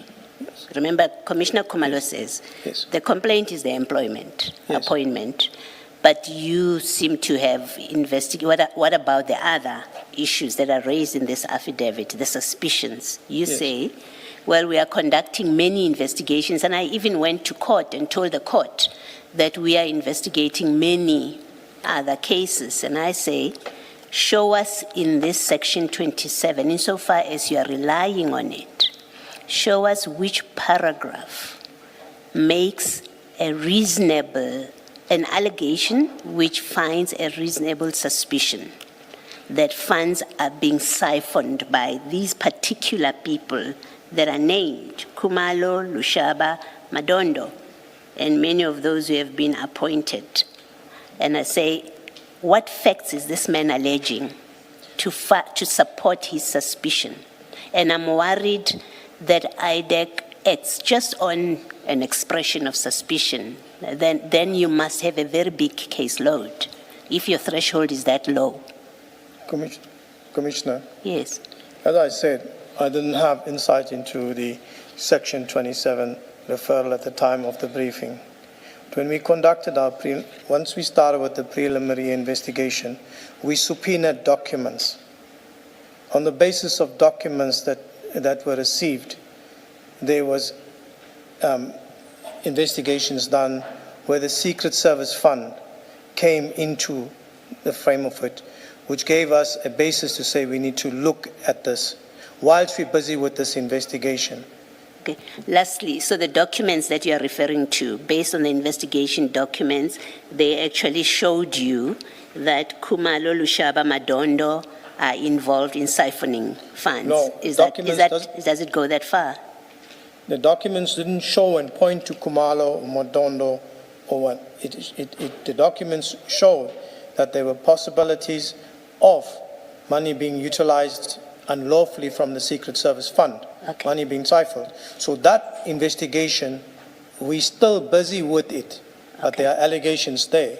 All right, thank you. That's the only way I could explain it on that day. Thank you, ma'am. I do apologize, Ms. Sil. Can you maybe complete this picture?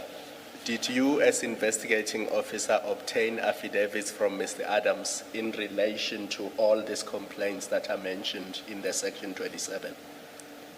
I'm asking that because there's a January 2025 affidavit that sets out at least the conclusions in relation to the appointment of the brigadier. Yes. But the complaints in the Section 27 affidavit, there were many.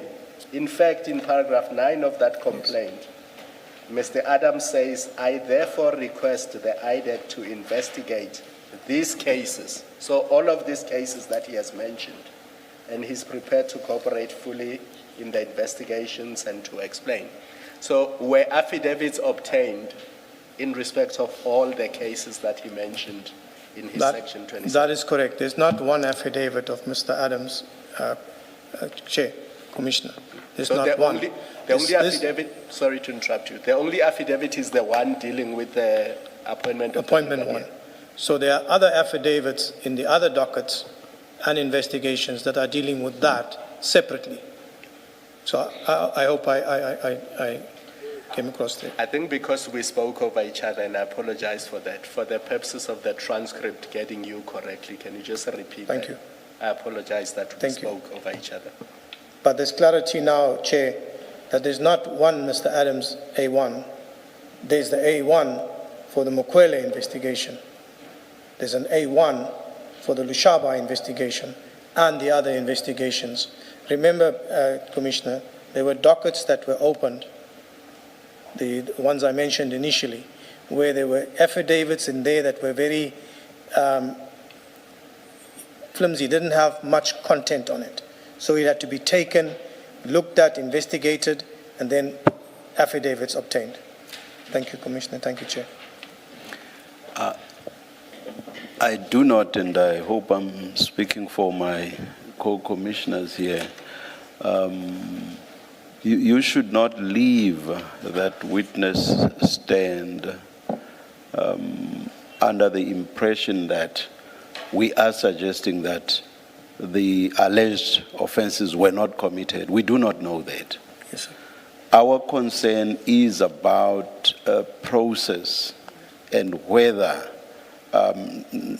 the investigation pursuant to a referral was properly grounded. Yes. That is what we are engaging you on. Whether or not the offenses were actually committed is not what we are engaging you. Not at this stage. I understand, Chair, and if I could get and ask to pardon me and maybe I must apologize.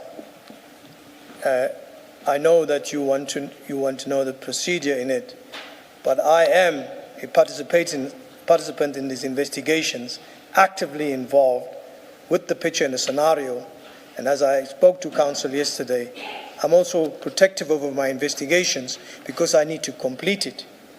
Mm-hmm. And I'm having challenges and problems at the moment because crime intelligence is not an easy environment. Mm-hmm. And there are a couple of my witnesses who are no longer taking my calls. Mm-hmm. So that goes for me to start from scratch again to try and get what I want to get. Yeah. And to prove the case. Thank you. Yes. Thank you. Perhaps lastly at this stage, not lastly for the day, lastly at this stage, let me engage you on something I understood you to be saying in response to a question by Ms. Sillo.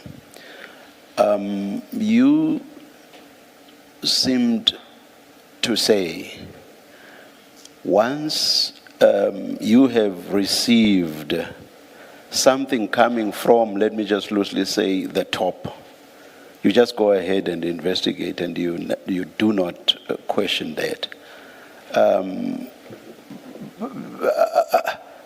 A functionary at your level who investigates and whose investigations may have serious implications for an individual surely cannot act like something automated, and as opposed to a warm-blooded individual.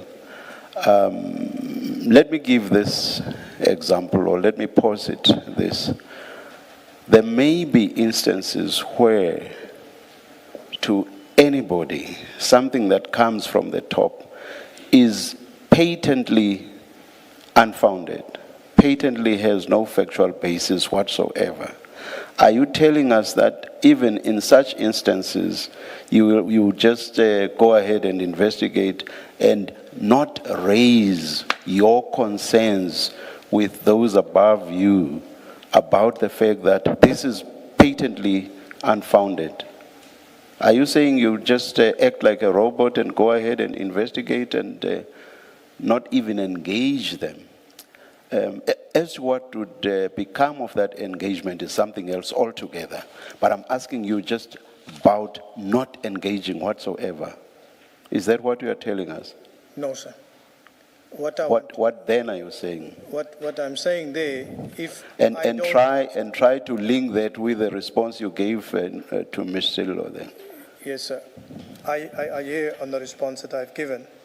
From what I heard from my chief criminal investigator and the briefing that he's done, I didn't have any concerns.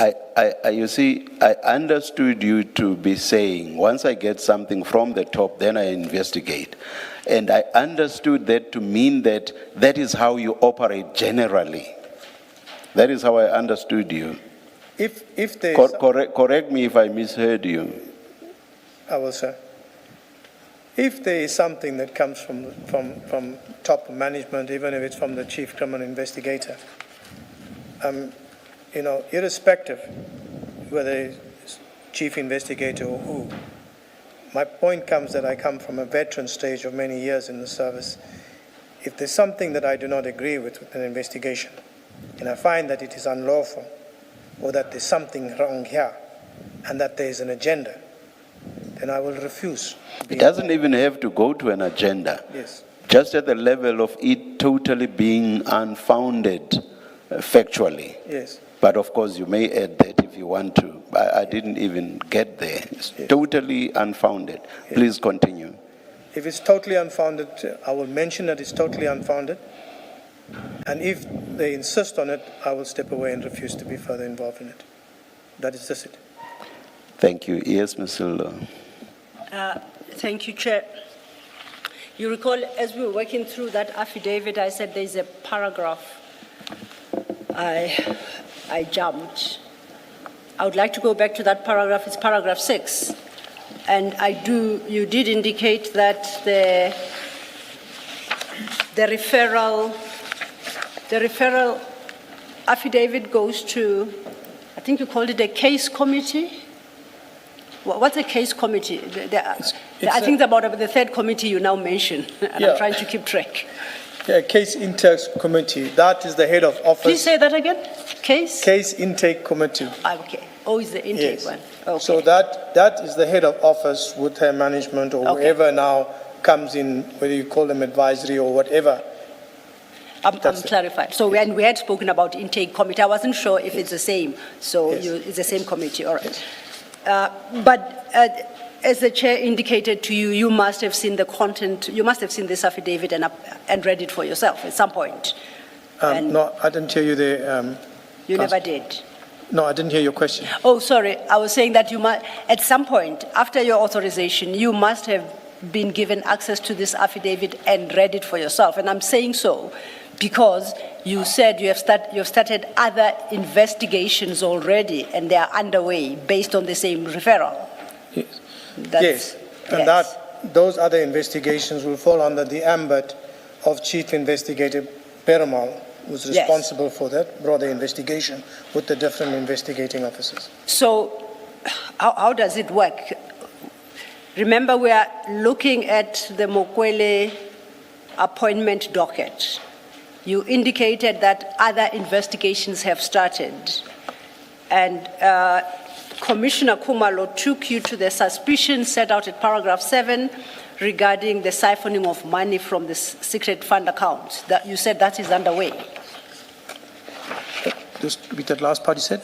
You said that investigation is underway. Yes, that investigation, it isn't really on the way, all right? But it's been activated, but there's been no movement into getting to the broader part of it where to start the real investigation into that because of the matters that we were charged with and the way the flow processes went. Chair, with respect, Commissioners, we had a plan of action into what we were going to do with our investigations. So we started with the Lushaba matter, first case matter. And then there was going to be a short break, and then we go with the second matter, which is the Mokwele matter. And after that will be a short break, and then would have went on to the Madondo matter, and then followed through with the others.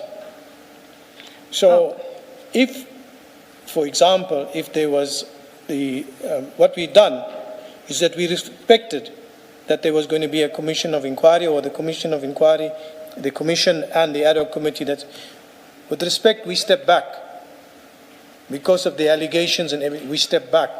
So those investigations and that were supposed to still go on and follow, which would have taken us to the bigger picture of what is being said about the capture of crime intelligence and everything else, would have come up probably by the fourth matter. It would have shown the picture where it would have shown that this is not an HR process. This is an appointment for a purpose together with other appointments in strategic places. So, but that is the broader one which we will get to. So I just wanted to just explain that. Thank you. Okay, you reference our workflow, quote unquote. You said our workflow, if I understood you, to indicate that it's broken down into different investigations. Yes.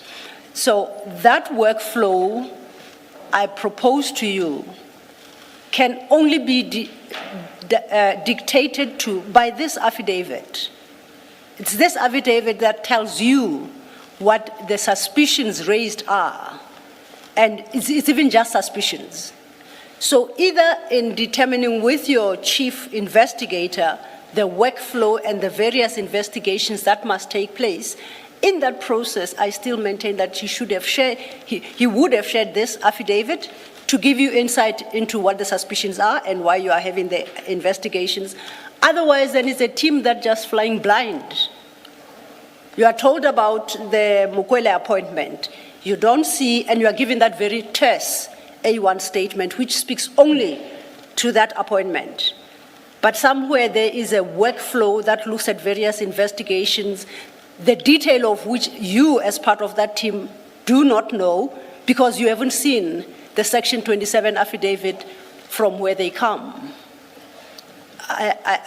It's challenging to wrap my mind around your work process and how you even conclude today, as you sit there, that those various investigations would culminate in demonstrating capture of crime intelligence. How do you even get there? Commissioner, Chair, Commissioner, Council. It may appear unstructured. It may appear that it looks all over the show, but that is not the case. Then please And take I'm us going to into try your confidence. and put the picture out Yes. to you. All the criminal investigators that are charged with this, let's call it the crime intelligence matter, there is a briefing on the investigation. There are some that are involved in the investigation themselves and the others that assist. So you have the allegations on the different matters that are there. So the first one you had was, I was almost going to say something else, but let's just say the Lushaba matter. That's put out. Then the second scenario is the Mukwele matter. And then you have the Madondo matter.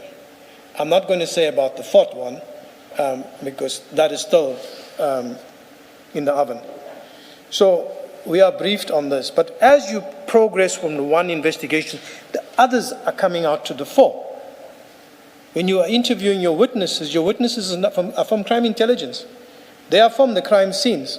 They talk to you on this matter, but they're also telling you something on that matter, and some of these matters are interlinked. So that is how you come to know about that and that and that, if I can explain that more clearly. So it does not seem that, you know what, we just walk in there and we're all over the show. No, it is systematic. So when the chief criminal investigator does his briefing, we listen to what he has to say, we ask questions or whatever, we get our taskings, and then we go out and do what we have to do, which is then the prosecution now guides to as well into what we should actually, we get the evidence, they look at it, what further and stuff like that. Thank you, Chair. Now, would it be fair then to conclude that for the commissioners to understand your workflow processes and using this Section 27 referral as an example, the person to really speak to is chief investigator? That's the person that the commission should really engage with, because you are responsible for but one leg of the bigger picture. Yes. Is that what you are suggesting? That perhaps we should turn to the chief investigator to get better insight? Yes, I agree, Chair. The chief investigator of the team who's responsible for the whole investigation will be in a better position with regards to that and the 27. Now, okay, we shall do so, definitely. You refer to the Lushaba matter, so clearly you have some knowledge of it, and I don't want to ask whether you are involved in the investigation or not. No, I'm not going there. But you have referenced it quite a few times, so you are aware of the Lushaba matter. Yes. Okay. I want to refer you to paragraph 6 of this referral affidavit, because I had a bit of a challenge working my way through it. If we start at paragraph 4, you recall we agreed that paragraph 4 speaks of manipulation of procurement processes and processes to appoint and promote. That's what paragraph 4 is dedicated to at page 513. Correct? Then I turn over at 514, paragraph 5. That then introduces Minister Cele and the appointment of General Khumalo himself. And there's an issue, a question, no, not an issue being raised, that he was appointed without an interview process and without having worked as a senior police manager in crime intelligence. So that's another separate, distinct issue. Then I get to 6. Yes. Okay, I get to, I forgot. Sorry, I The nodded. transcript doesn't see a nod. My answer to that would be yes. Yes, thanks. Then I get to 6. And now that's where that appears to be what I would call, quote unquote, the Lushaba matter. That's what paragraph 6 speaks to. Paragraph 6, Yeah. yes, yes. But paragraph 6, then remember what we have just been discussing and what precedes paragraph 6. Paragraph 6 starts with this, the following words. The cover-up of the incident alleged took place at General Lushaba House, where his state property was stolen, is also concerning. What cover-up, do you know, and of what incident? Because it says the incident, not an incident. So clearly there was an incident that the author assumes the reader knows, but has not referred to up until paragraph 5. So he says there is a cover-up of the incident. Okay, are you able to Yes. shed some light on that? Yes. Thank you, Chair, Commissioners. I think the Lushaba matter is the matter that stands out, where a cover-up is very clear in the matter. In this particular matter, case was opened in August 2022.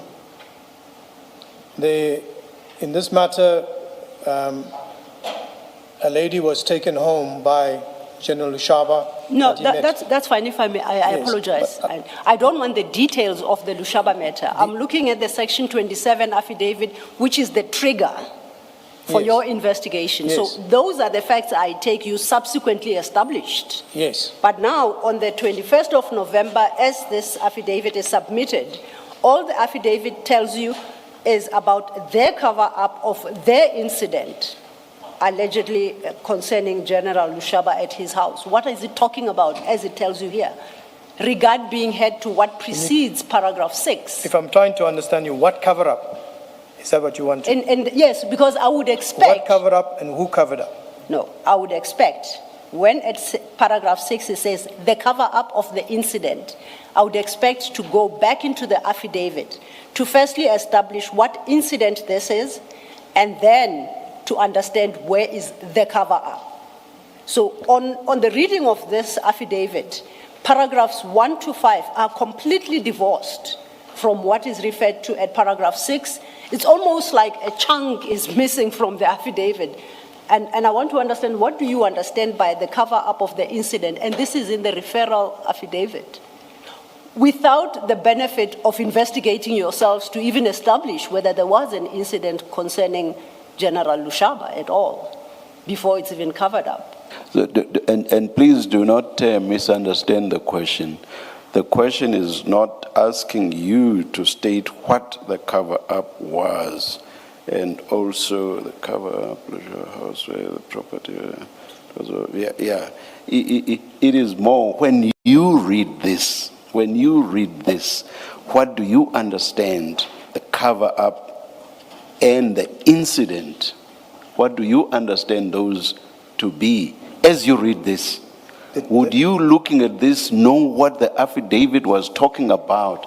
I think that's how I understand the question. So, Ms. Silo is not asking you to tell us what the cover-up and the incident in fact were. That's not the question. As you read this, what would you understand the cover-up and the incident to be without any substantiation? It just comes out of the blue like that. Yes, sir. This is on the 27th. Now, please respond to the question. When I read this paragraph, it states that an incident took place at Lushaba's house.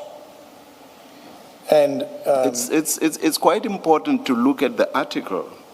The article is it's not a cover-up.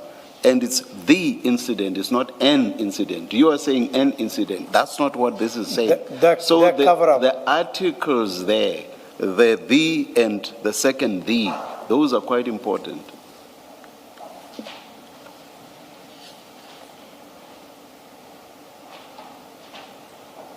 I'm still struggling a bit. Maybe just assist me with more clarity on it.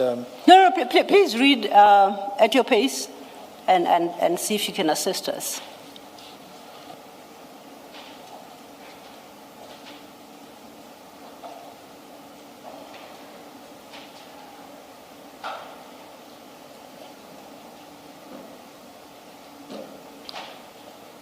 What I take from what is here is that it was an incident that was covered up with regards to what actually happened at Lushaba's house. That's what I take from here. So, and my understanding of it was this, that there was classified items that were stolen from his house. You don't, let's see. That's not in the paragraph. Sorry, Mr. Lo, please. No, Chair, I agree with you. That's not in the paragraph. You see, you are taking information you subsequently learned and you are reading it into the paragraph. Well, apologies, Commissioner. It's because I'm involved in the investigation that these things come out naturally. So my apologies, and I'm trying to restrain myself on it. But that's exactly where the problem lies. That's where the problem lies, because you must look at this and read it in conjunction with the provisions of Section 27 to see if the requirements for a referral have been satisfied. Now you see, you read reference to the cover-up and the incident. You are coming in cold. yes, You I have no understand you now. idea what the writer is talking about. And what you appear to have done is then to dig and get to what you then considered to be the cover-up and the incident. That's not how you should do it. Yes, you must understand from the statement what exactly is meant. Is there enough in the statement or the affidavit? Section 27 requires an affidavit. Is there enough in the affidavit to satisfy those requirements? The statement can't just talk about a cover-up and an incident. What on earth are those? Sorry, Ms. Sirla. Thank you, Chair. And if I may just add to what the Chair says, because the concern is, and I'm sure you'll appreciate, what you end up doing in your investigations is highly invasive.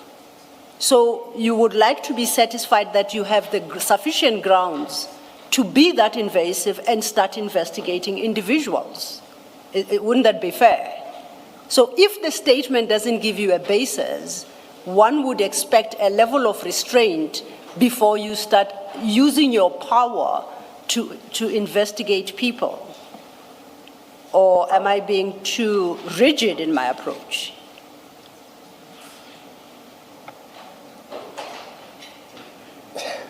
Colonel, can I say something?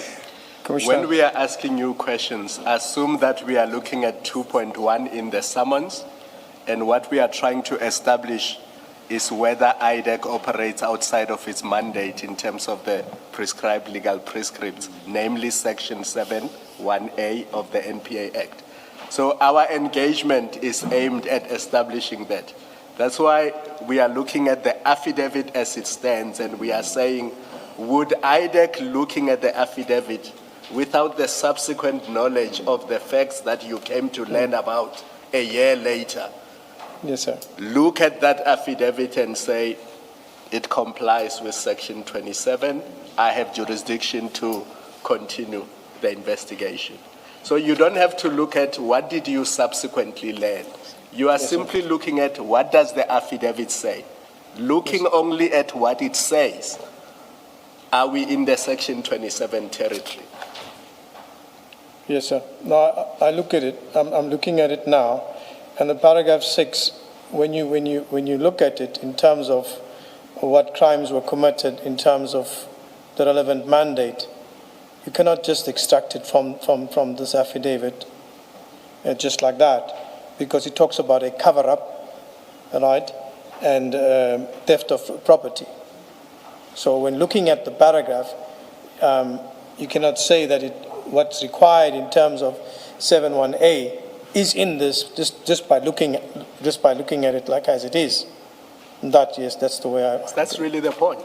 Yes. Isn't that true for paragraph 5 and 7 as well?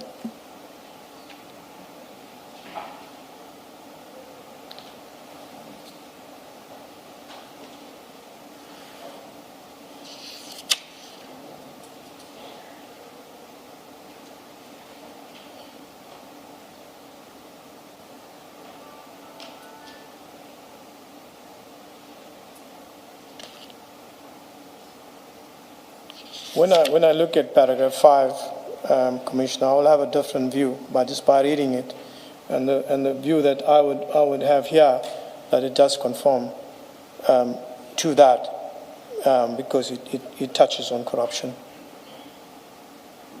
So, but it's different from 6, where it's talking about a cover-up and theft, but whereas 5 speaks to corruption. And Yes. Well, 5, I would suggest the operative part of it is it's a suspicion. He's in paragraph 5, Mr. Adams says, I suspect that some of the funds are being given to Minister Cele. Are you saying that meets the threshold that triggers your investigation? He's made sufficient allegations to trigger your Section 27 powers? Or in fact, 71A powers. He says it's a suspicion. He doesn't say what is the basis for the suspicion. Yeah, I think from the word suspect, suspicion, it does hang in there, in terms of bordering on that, because you need more information substantiated, and that. It's just saying I suspect. Yes. So when you're viewing it in terms of, okay, does it form to the 71A, it can be seen differently. Yes. But as I indicated, Commissioner, with regards to myself, I didn't view the Section 27 referral. So I'm sitting in the middle end where I already went out. Yeah. I accept that you didn't make the decision to take this case in. And those who did will come and explain. I think that all I was pointing out is in the light of your concession about paragraph 6, whether you are prepared to make the same concession in respect of 5, just looking at 5 as it stands. It says, yes. I suspect crime intelligence money is being given to former Minister Cele, and that's all that he says. Yes. And then again in paragraph 7, he says, I suspect that money is being siphoned by the 3 that he has named and many others from the secret fund. So the point really that I was checking with you is just on the face of these paragraphs, forget what you say you've investigated and you now know, just on the face of this, that does not, are you prepared to accept that it doesn't seem to meet the requirement of what Section 27 contemplates, which is there has to be a reasonable suspicion? All that I can say, it's a reasonable suspicion, and it's hard for me to comment more on paragraph 5, 6, and 7. I can form my own opinion, but I do not want to form the opinion for management. I would prefer management come and explain than rather myself explaining something. Okay, thank you. I will interpret differently. I will not leave it there. Thank you, Chair. You see the paragraph in front of you. Yes. Can you comment on it? Does what's stated there meet the requirements of Section 27? Yes. So you apply this section. You work. That's what gives you the powers to act, to investigate. As you read that section, regardless of who took the decision, does it meet the requirements of Section 27? So when I look at it and I see the word suspect, I suspect cover-up. It is just my opinion that when I look at it in comparison with what Section 1A is, it is my opinion that these words doesn't give much. You see the problem with your approach, and you've done this a good few times. The problem with your approach is that you seem to believe that once an allegation has been made, then the Section 27 requirements have been met. Just because Mr. Adams says he suspects without substantiating, then for you that's sufficient. Yes. How can that be?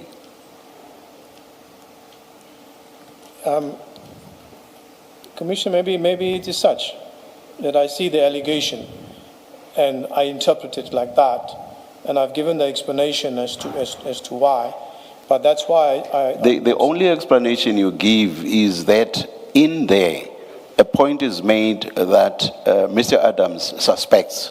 Yes. And he suspects without substantiating. So my point is, it seems to me that once an allegation has been made to you, the requirements of Section 27 have been met, and surely that cannot be. No, that cannot be, Chair. That I understand. So again, I will ask you again, have a look at paragraph 5 and tell me, as you read it, whether you are of the view, the firm view, that the requirements of Section 27 have been met.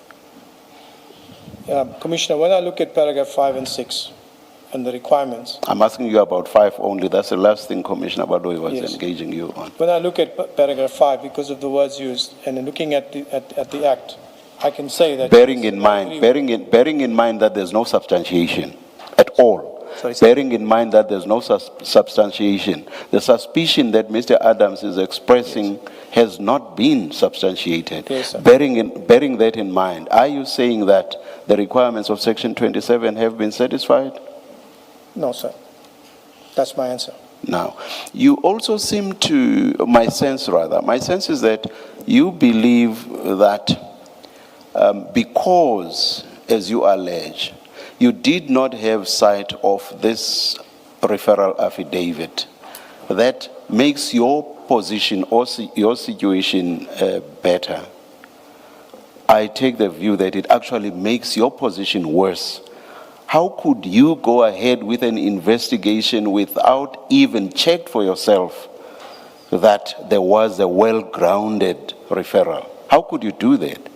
Bearing in mind, as you said when I engaged you earlier, that there may be instances where you may have to query the instruction that you should investigate. Yes. So your position actually gets worse if you go ahead with an investigation without having seen the referral affidavit. It doesn't get better. Do you agree with me? I take what you say, Chair, and I understand what you say. Do you agree with me? I would agree with you, Chair. And why would you not have insisted to see the referral affidavit here? That's why I was continuing on what I was saying, Chair. Yes. Were you mentioning it now that, by not seeing the referral and what, the fact that I didn't see the referral, if there was something else there, that I actually put myself in a bad position. I am saying at that moment in time when the briefing was done with regards to the investigation, I did not think or it come to my attention, hey, but where is the referral? That is not the way I worked at that moment in time. But exactly for the point that I have made, which you agree with, which is that the referral may well not be properly grounded, and for that reason, you may be entitled to take issue with it. Why did you not insist on getting the referral affidavit here? Thank you, Commissioner. I think you highlighted something very important. And moving forward on that, there's no other answer I can give to say that with regards to future investigations, and as highlighted and pointed out by the Commission, if there is such investigations again, I would request a copy of the referral. And that's what I will do moving forward. But to go back at that moment in time, in that space of time, there and then, it does not cross my mind. I'm an investigator there working with my chief. I take it, for me, what he is saying is that if I look at it, yes, everything is fine, and we proceed. So that's what I'm saying there. And I cannot put any other words and try and sail around it, except to say that moving forward, you have pointed out and highlighted something that I should satisfy myself, say, let me get the Section 27 referral, let me have a look at this. Another point is that because the Section 27 referral and the manner in which these cases were highlighted in the media before the Commission, and I listened to this, I've taken lessons from that to say this is what I would implement with myself going forward with these matters. So that being said, and that is what I appreciate, Commissioner. There's nothing more I can say about that. Thank you, Commissioner. And I assume that any colleague of yours who were to come here and say that you actually did have sight of the referral affidavit would be lying. From what you've said, that would be your response. But if there were to be such a person, their story would be more probable than yours on this. It just, as I said earlier, I find it hard to believe that you would not have had sight of this document. So if there were to be someone who says, no, we actually gave Colonel Padiachi that document, it would be easier for one to believe that story than your story. But of course, I'm not deciding the issue now. I'm just saying it would be much, much easier to believe that. I said it up front that it's hard to believe what you are telling us.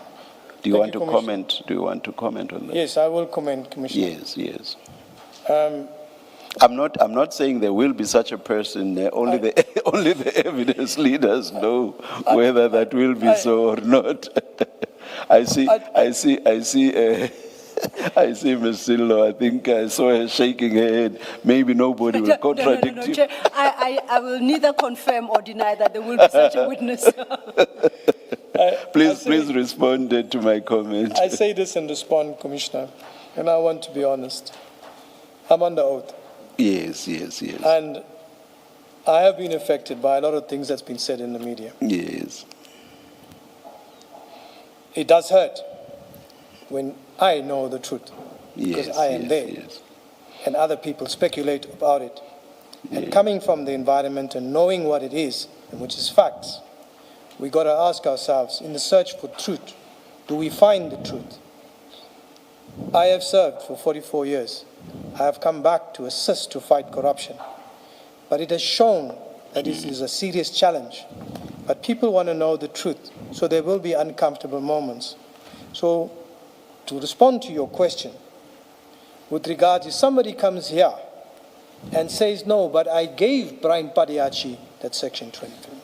I say to you that I'm under oath that I never received that Section 27 referral until a couple of months ago, when it became an issue and when I had sight into it.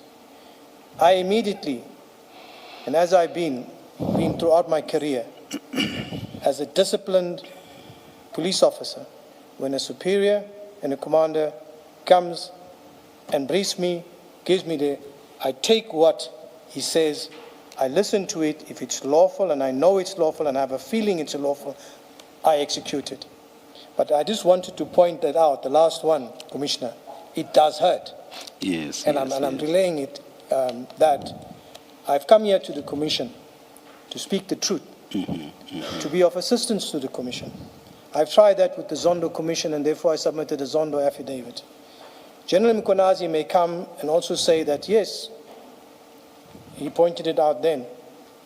We have a person sitting in the witness program since 2012 to date that exposed the corruption in crime intelligence. His punishment or his reward is that to date he's still in the witness protection program and only the people around him, because he disclosed the real rot. So it's not something that is easy. But I don't want to drag my answer too long, Commissioner, but I had to get that across. I'm here, I'm under oath, and what I'm saying is the truth. I'm not manipulating some of the stuff. The English language is also a challenging thing too as well, how we interpret things and how we come across. But the way I have portrayed and what I've said in my evidence is indeed the truth. I won't cover up, and I won't As I said, General Khumalo, General Madondo, General Lekalakala are known personally to me. So this adds more to it, like an ongoing needle into you when you have to go on to it. Thank you, Chair. In the face of the hurt that you've just expressed, let me grant you this. Cases that may have appeared to be improbable, or narratives that may have appeared to be improbable, have at times actually been proved to be true. So perhaps for now, let me just say I'm keeping an open mind, but of course I have to engage you on my thoughts. And it's at that level that I say to you, I find it hard to believe this. But as I say, let me grant you, or rather let me tell you that some improbabilities have been proven to be actually true. I will leave it at that. But that does not necessarily take away what I have put to you or what I have engaged you on. Thank you, Thank you, Commissioner. Chair. Mr. Can I just ask a related question? Yes, Commissioner. Colonel, when you get given a matter or you get appointed as an investigator in these circumstances, where the trigger was a Section 24 referral, what do you get given to get you started? So let's call it an investigation. When it takes place, your chief criminal investigator comes, assembles the criminal investigators. We have this investigation. This is what it's about, right? There's a 2813 where your name is on, show that you are designated on it. It's there. That's your authority to carry on with the investigation. The briefing takes place, and then taskings are given from the chief criminal investigator. Brian, this is what you have to do. You, this is what you have to do. So we go out and we do our work. We search whatever come back. It's checked to say, no, you need to do this or whatever shows. I think my question is more direct than that. It is, what document, when you start out, we earlier looked at the preamble to the statement, that cover page, which is said to be the docket, and it has an A1 statement. Is it the kind of material that you get given when you are now designated? You must start somewhere, right? And I say this also mindful of your earlier evidence where you said we went to police stations and found dockets that showed not much had been done in those dockets relating to this allegation, this referral. I asked the question with that background to understand, when you start off, what document, what information, in fact, that is recorded, do you start off with from your chief criminal investigator? What does he give you? It's what the chief criminal investigator does. He does the briefing. So from the briefing, we take the cue from there. In terms of documents, sometimes you'll get a copy of the 2813 to see your name is on there. When your tasking is going to be given to you from there, go to Mr. So-and-so, right? Set up an interview or prepare Section 28 summons for him to come to the office for an interview or whatever. Or the briefing has been done, we need to do and request cell phone records, do this, etc., etc. And then it's the starting point. Then the one that's responsible, the lead investigating officer, once all this stuff is brought together, the affidavits, they start compiling the inquiry file. At that stage, let's just say a docket is not open, the inquiry file with all the statements in them, and then that is how you start building from there. But there's no 27 given to you in your hand to say this is the Section 27. So does he give you questions to ask? I'm trying to understand, how do you know you are going to this potential witness or this person, and this is what you're covering with them if you're conducting an interview? How do you know that? What to cover with them? So The briefing covers the whole investigation, the operation, the whole scenario, what's actually, the whole investigation is about. So from there, you take your cue from there. It's like, the investigation. So it's most probable.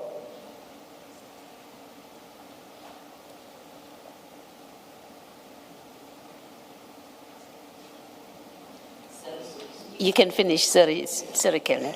Yeah, so yes, that's what I said. You are briefed on the investigation, and it's explained to you quite holistically what is there and what you have to done, what you have to do, and your taskings from there. The 28.2 is what? 28.1. What is that? That's a full-blown investigation. So after your preliminary investigation is done, and your prosecutors put together the preliminary investigation and they present it, and it's the request for it to go into a full-blown investigation, which is 28.1, meaning now this is going the whole process through the docket phase, through the court enrollment and stuff like that. Colonel, maybe I did not hear you clearly. In your earlier response to Commissioner Baloyi, you said you see your name in the 28.2. That's how you know that it is you who's going to do this investigation. So unless I heard you incorrectly, that's how I understood you to be saying that. How you know that a particular investigation is allocated to you, you see that in the 28.2, and that's what you use to move forward. Yes, your name is there, So but what it is does the not say. 28.2? So that's the question you are being asked. What is the 28.2 and what does it tell you? Your name appears on the document, right? But it does not tell you the lead investigator. It gives you the name of the investigators you are authorized to be involved in the operation. That's the document. The 28.2 that is applicable to the main case we are discussing with you. Is it part of our bundle? Do you have it somewhere? Can you bring it with you tomorrow? I'm not sure whether it was disclosed at Senate. Let's start with the first. Is it part of the docket? No, the 28 is not in the docket. Then Yeah. it has not been disclosed separately to us, Yes. like the Section 27 affidavit was. Yes. So that particular document that Commissioner Khumalo references, we haven't been provided with. Noted, Council. If I- Sorry, Ms. Zilo. You refer to seeing your name on the 28.2 document, you say? That's correct, sir. Yeah. So are you basically saying you get given the 28.2 document or the document that has your name on it? Yes. That's given to you? Because you would only see your name if that's been given Yes. to you. It's a document that is there, that the chief has, where you see there's your name on that you are now designated on this investigation. When you see it, where would it be? The chief will have it with him. Or as the It's chief actually a as the document. chief is talking to you? Yes, when he's The talking chief to you. has this document. I'm sure you already know where I'm going. So they have the 28.2, but they don't have the 27 referral. But anyway, Yes. we've engaged on that. Yes. That adds to the point I made about it being hard to believe the story of you not getting the 27 referral, but let's not go there again. I'll just refer you to 28.1 with regard to the commencement of the investigation. You will see there in 28.1a, if the investigating director has reason to suspect.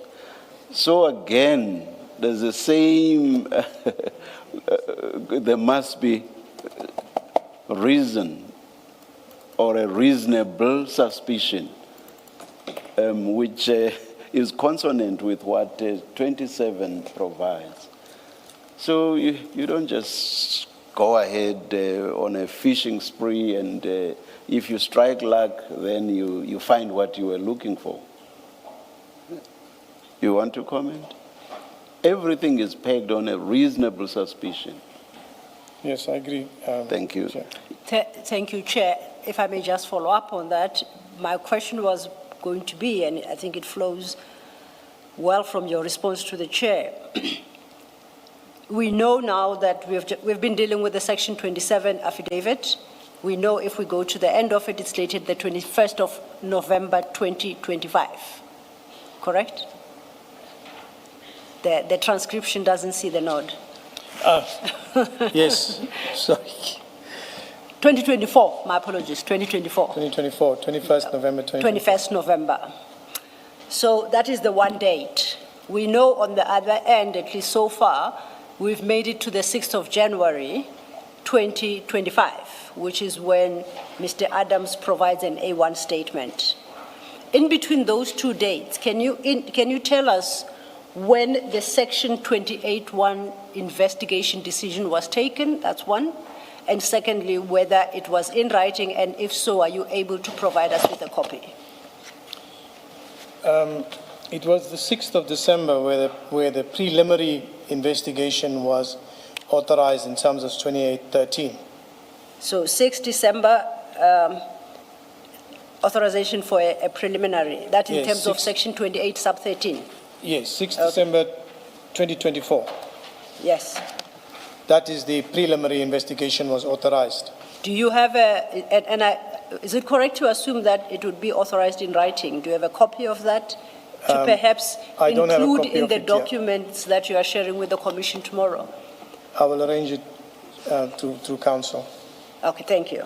But it is in writing, so it would be on file. Yes, the 28 documents are in writing. They are Okay. authorities, so they are in writing. Thank you. So it's authorized, the preliminary investigation is authorized on the 6th of December, On the 6th of December 2024. 2024. When is the Section 28(1) investigation authorized? The full-blown investigation was approved more than 5 months later in, I think it was 30th of May 2025. So there, I'll call it the Section 28 sub 1 sub A authorization. That was that was issued May 2025. May 2025. Okay. And may I request to add to the list of documents you'll be bringing tomorrow? Noted. Noted. Oh, thank you. I had, and this is slightly off this topic, your response to a question by the chair at some point was that with the benefit of the engagement you've had with the commissioners on the importance of the Section 27 referral affidavit, you now appreciate going forward to insist when you're appointed an investigator that you have sight of it, in order to satisfy yourself that that affidavit meets the requirements of Section 27 and that, yes, indeed, the jurisdiction of IDAC has been triggered. You said going forward you'd know to do that. Did I Yes. understand you correctly? That's correct. Now, let's assume you are given and you find that the Section 27 affidavit is very scanty and bare and doesn't even get close to the minimum threshold requirement for a Section 27, which would mean IDAC jurisdiction has not been triggered. What do you do as an investigator then? Do you refuse to investigate? Do you send it back to the decision maker with representations? And of course, we are looking into the future, what the benefit of demanding that Section 27 affidavit would be. And this is not only for you, I take it, you said you were 3 levels or 4 levels down. For you and other investigators who find themselves in your similar position, what would be the benefit of that? What options would be open to you as an investigator, appreciating, as I'm sure you do, better than us, your work environment?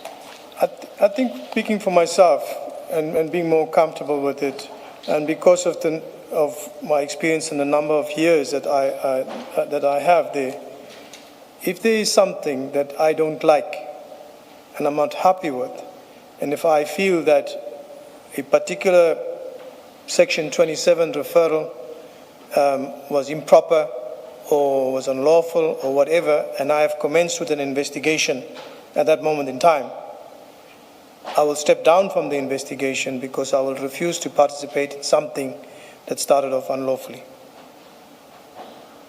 Thank you. And of course, we were just looking into the future on what you could possibly do. Chair, we have overrun, and I think we have abused your time enough. Might this be an appropriate time to stop for the day? Unfortunately, we would have to roll over to tomorrow. Thank you. Colonel, Chair. I'm sure you can see that Ms. Sillo is not done. I'm not talking about us.